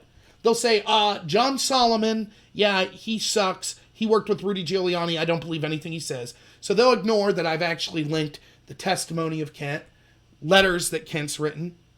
I've linked mainstream articles like Financial Times. I've linked left-wing articles like Politico and Vogel that writes for them that ended up going on to the New York Times. I linked the actual article from the Ukraine press showing the court case that said they found 2 people guilty of interfering in the election. They'll ignore all that. So that's argument number 1. Number 2 is they'll say that Kent, in his closed-door testimony, and this is true in the interest of full disclosure, Kent said, no, I wouldn't say that we told them not to investigate. I wouldn't say that.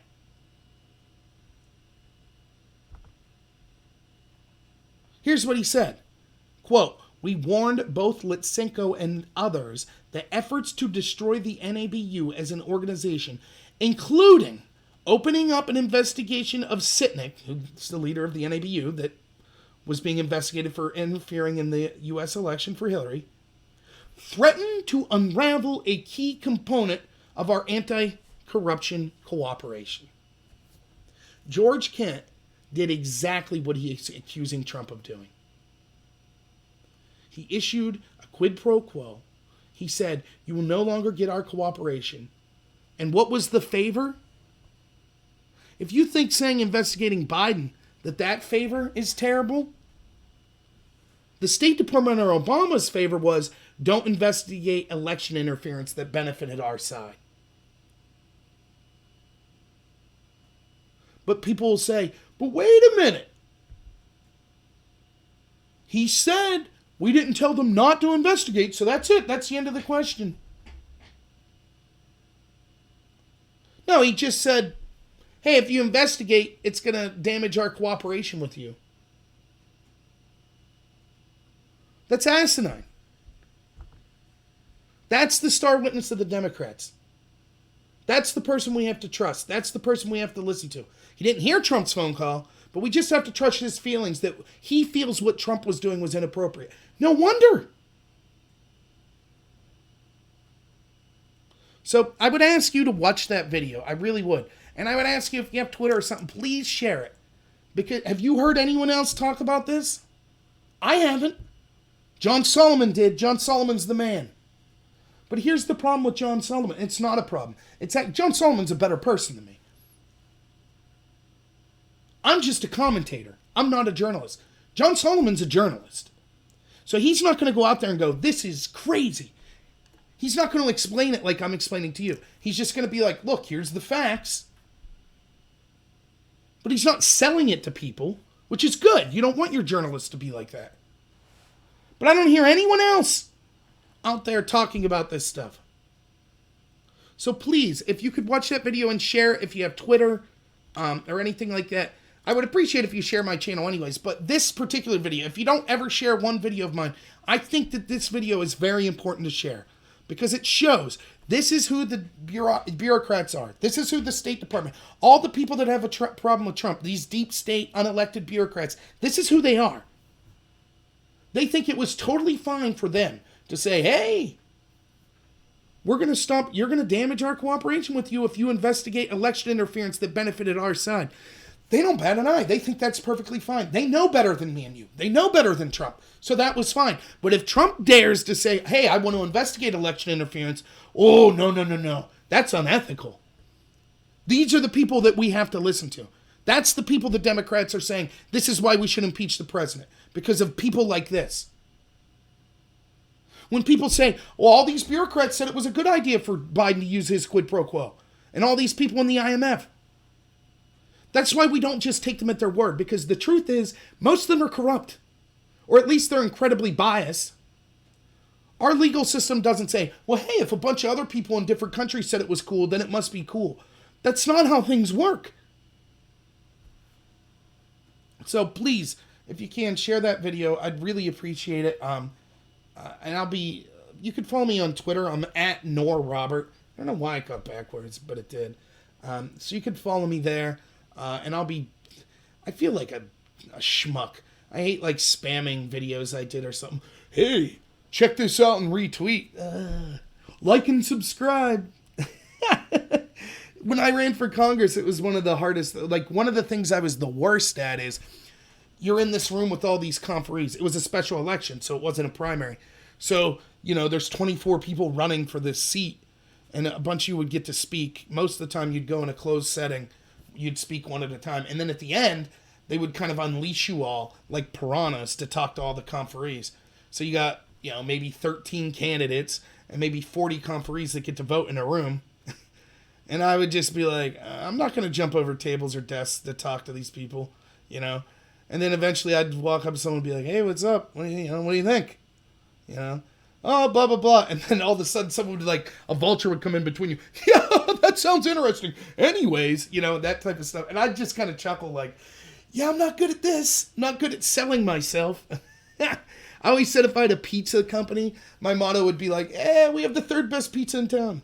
But maybe you're tired of the other two places, want to try something different for a day. Give us a ring. They asked, one of the first questions I was asked for, I was running, there was the first thing you had to do was call in. And you waited, you went like alphabetically order. So there's 24 people and you had a minute to kind of answer these questions. And one of the questions was like, why are you the best candidate? And so my wife's listening too. I'm on speakerphone and I'm like, well, how do I know I'm the best candidate? I've only heard like 8 of them. I think I am the best candidate from the 8 I've heard, but maybe, guy number 22's, maybe he's amazing. Instead, I'll have to come back on and be like, oh, actually, don't vote for me. Guy, the 22nd guy, he sounded better than me, I'm just not very good at selling myself. It makes me feel... My wife picks on me all the time, too, when she hears me say like and subscribe. So, yeah, that's the type of person I am. But I would appreciate, honestly, I'm trying to grow my channel because it would be nice. One of the things that I find frustrating, and I don't just say myself, I include all the people that watch me, even those that disagree. I find it ridiculous that we could have more productive conversations and oftentimes have a more detailed understanding of things than professionals whose only job it is to investigate this stuff or to be a politician and things like that. And most of us have jobs and we're just doing this because, we're passionate about our country. Again, you could be right or left. I'm not making a judgment on that. So it's frustrating to see the actual elected officials we put out are oftentimes less competent than just regular Joe Schmoes that are punching a time card 9 to 5 every day. So it frustrates me incredibly that, I'm working 80-something hours a week, and I'm trying my best to put out content. I'll go a week or two where my work schedule is just brutal and I can't put out any content, but I'm trying my best. I'm trying to do the research. I'm trying to put out regular videos. I'm trying to do live streams, debate insane people like I did last night. So it is something I'm trying. So I would really appreciate if you could share that video. I'd really appreciate it. The last thing I'll say is I'll just briefly talk about, if you haven't seen the live stream of the debate I had last night, just a couple clarifications that I have. Here's what happened. The internet crapped out and I had to use my phone as a mobile hotspot. And when it did that, I couldn't see people's comments.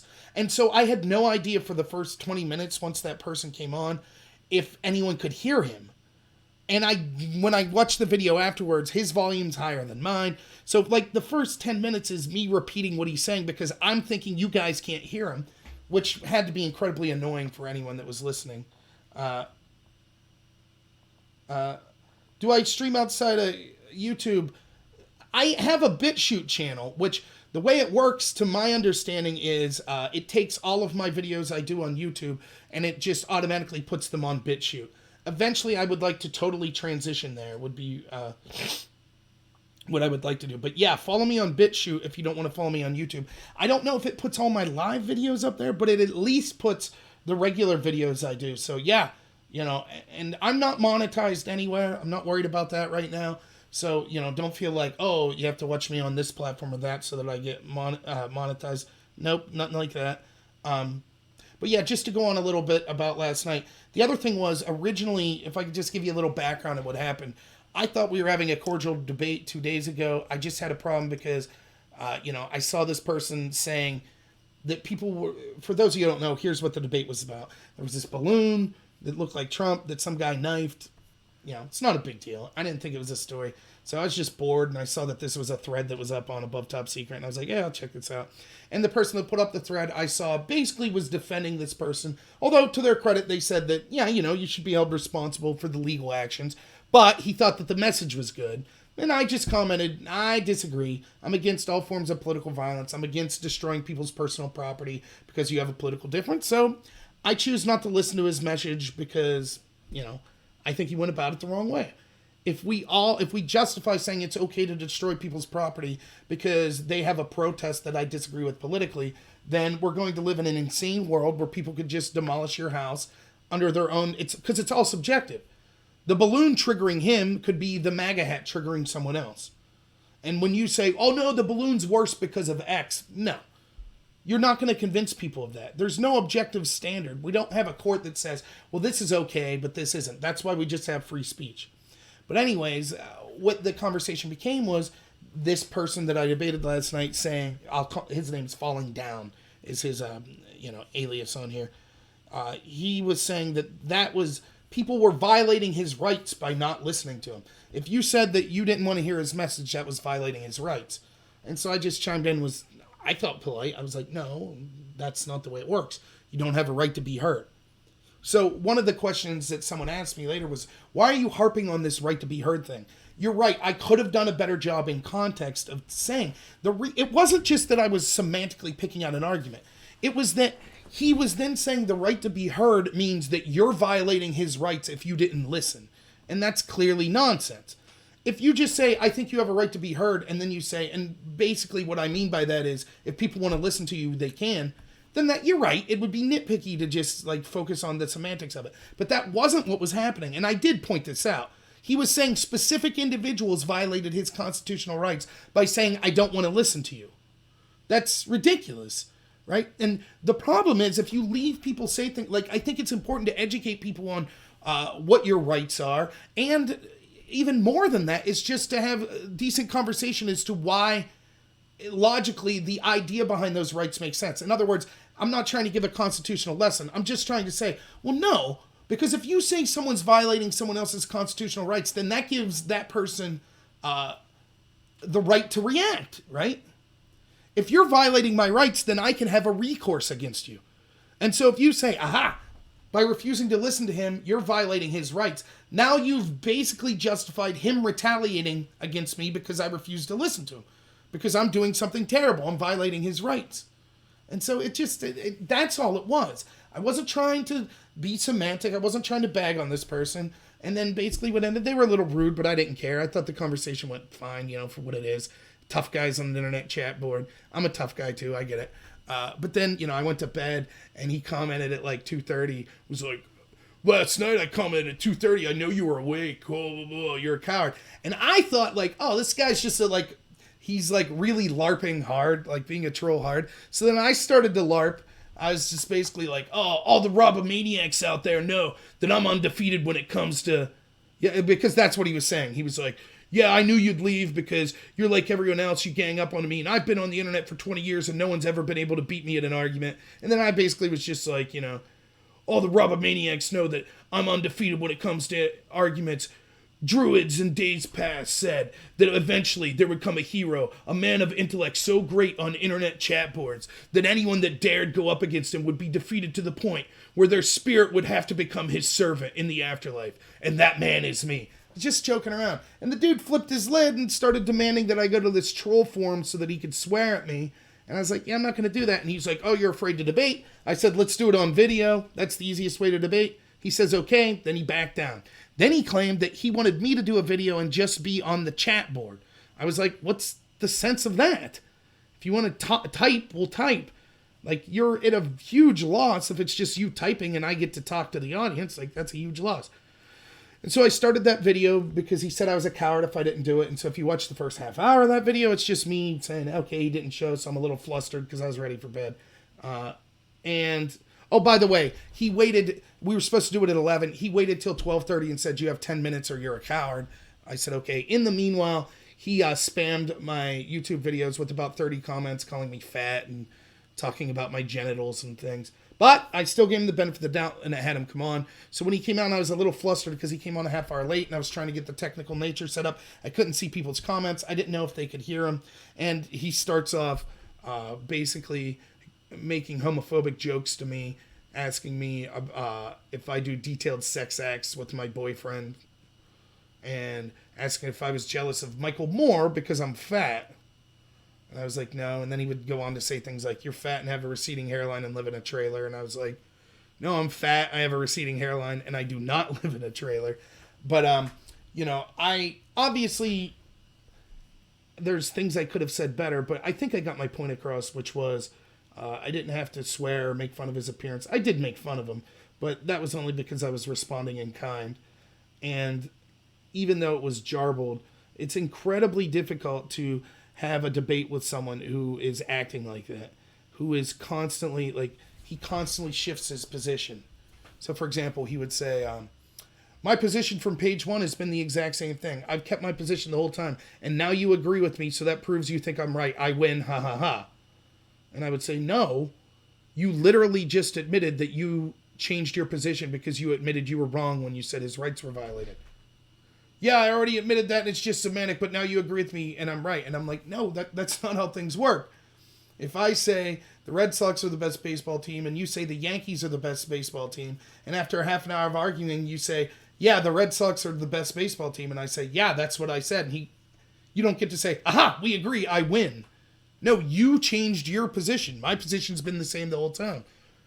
And that's what I was trying to get across to him. And yes, there was a little conceit in me because it's like, dude, I'm not going to leave you call me a coward like I'm backing down. I'll come debate you on this. I love debate.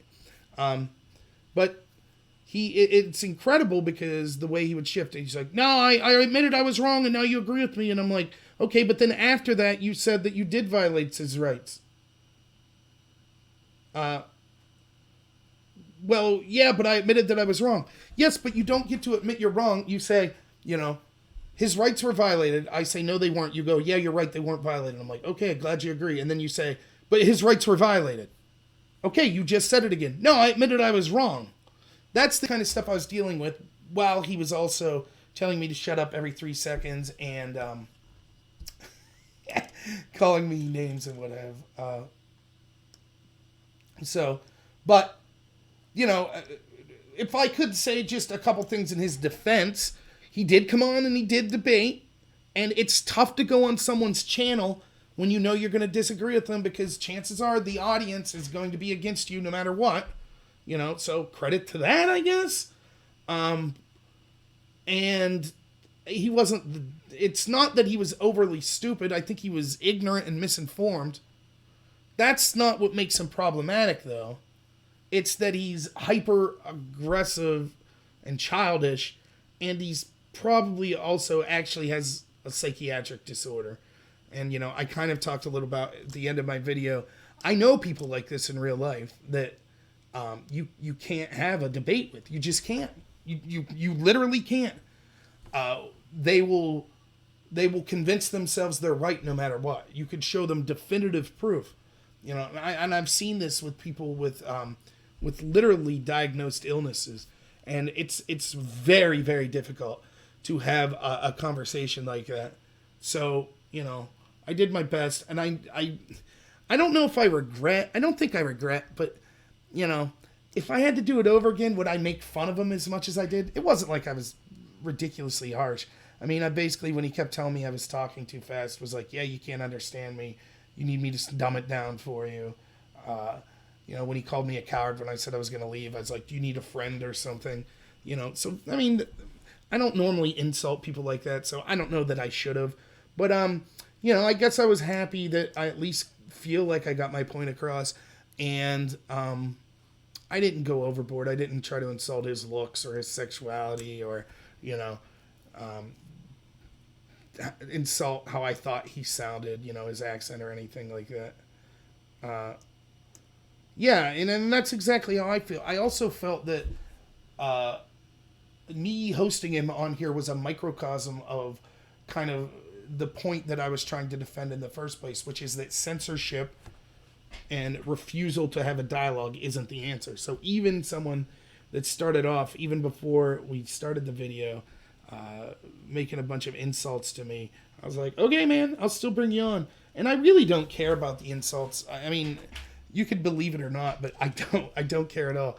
I come from a family, like, you should have heard what my grandpa said about me, but it was great. I love insults. I love arguing with people. I love disagreeing with people. I love insults. It makes you stronger. It's fun. I don't mind it at all. No, I'm not saying there isn't stuff people could say to me that wouldn't upset me, but you're fat or maybe you're gay. Okay, whatever. That's, alls I ask is be original. If you're actually funny about it, then, but yeah, that's about it. So, I'm going to wrap up here. It's almost 1 a.m. It'd be nice to get some sleep tonight, but thank you, everyone. I know I'm just drawing on. I basically said everything I wanted about the impeachment hearings. I won't be able to, every time they do a hearing, to do a video, because, just life's calling, work and family stuff and stuff like that. Yeah, no air. That's funny. Yeah, I got all kinds of jokes about my name. It's pronounced Noor, Noerr, but it's pronounced Noor. But yeah, I've said no air. I've made that joke. I used to, if I was like talking to a girl and I was trying to pick them up, I'd be like, yeah, my name's Rob Noor. And they'd be like, oh. I was like, yeah, like the conjunction, like and or for Noor. Yeah, but that never once got me a date with a girl. And then I had a gym teacher who, because my last name is Noor, used to call me Horsema. So it was Horsemanor. He thought that was really funny. So, but yeah, I thank you, everyone. I really do appreciate you all listening. It really does. It's frustrating sometimes to kind of. I guess this is the last thing. I know I keep saying I'm going to leave. I'll be done here in 2 minutes. I find it frustrating. It's not that I think I deserve to be listened to. That's not it at all. Me running for Congress wasn't, I think I deserve this job. That's not it at all. What's frustrating is not that there aren't a lot of people listening to me. It's that oftentimes I feel that the people that are being listened to, and I don't mean YouTubers. I'm not saying that. I'm not saying independent people. I mean like the mainstream media. Even those that are defending Trump, they're not making good points. Or they could be doing a far better job. Even today, I thought Jim Jordan did great. Ratcliffe did okay. Some of the other Republicans did pretty good. But there's room for improvement. And it frustrates me when it's like I check out that video. I know I'm saying it again. Look at that video and say, wow, why aren't people saying this? These Republicans sat in the closed-door testimony with Kent. How could they not have said this? They heard Kent say, the State Department pressured the Ukraine to not investigate this guy. What were they investigating him for? Election interference into the United States. How did none of the Republicans make that connection? And so that's what frustrates me. That I'll do this stuff, and thank you all for listening.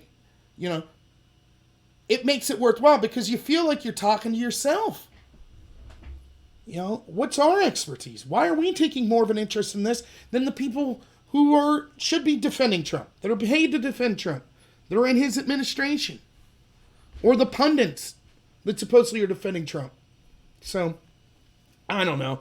I'll still keep doing what I do, but if it wasn't for you guys listening to me, even if it's only a couple people on most of the videos I do, I think it's great. The idea that, I could sit here and be able to talk to people and have people, even if it's 1 or 2 people interested in what I'm saying, to me, it's amazing. So please watch that video if you haven't. Please, if you could share it with people, I'd really appreciate it.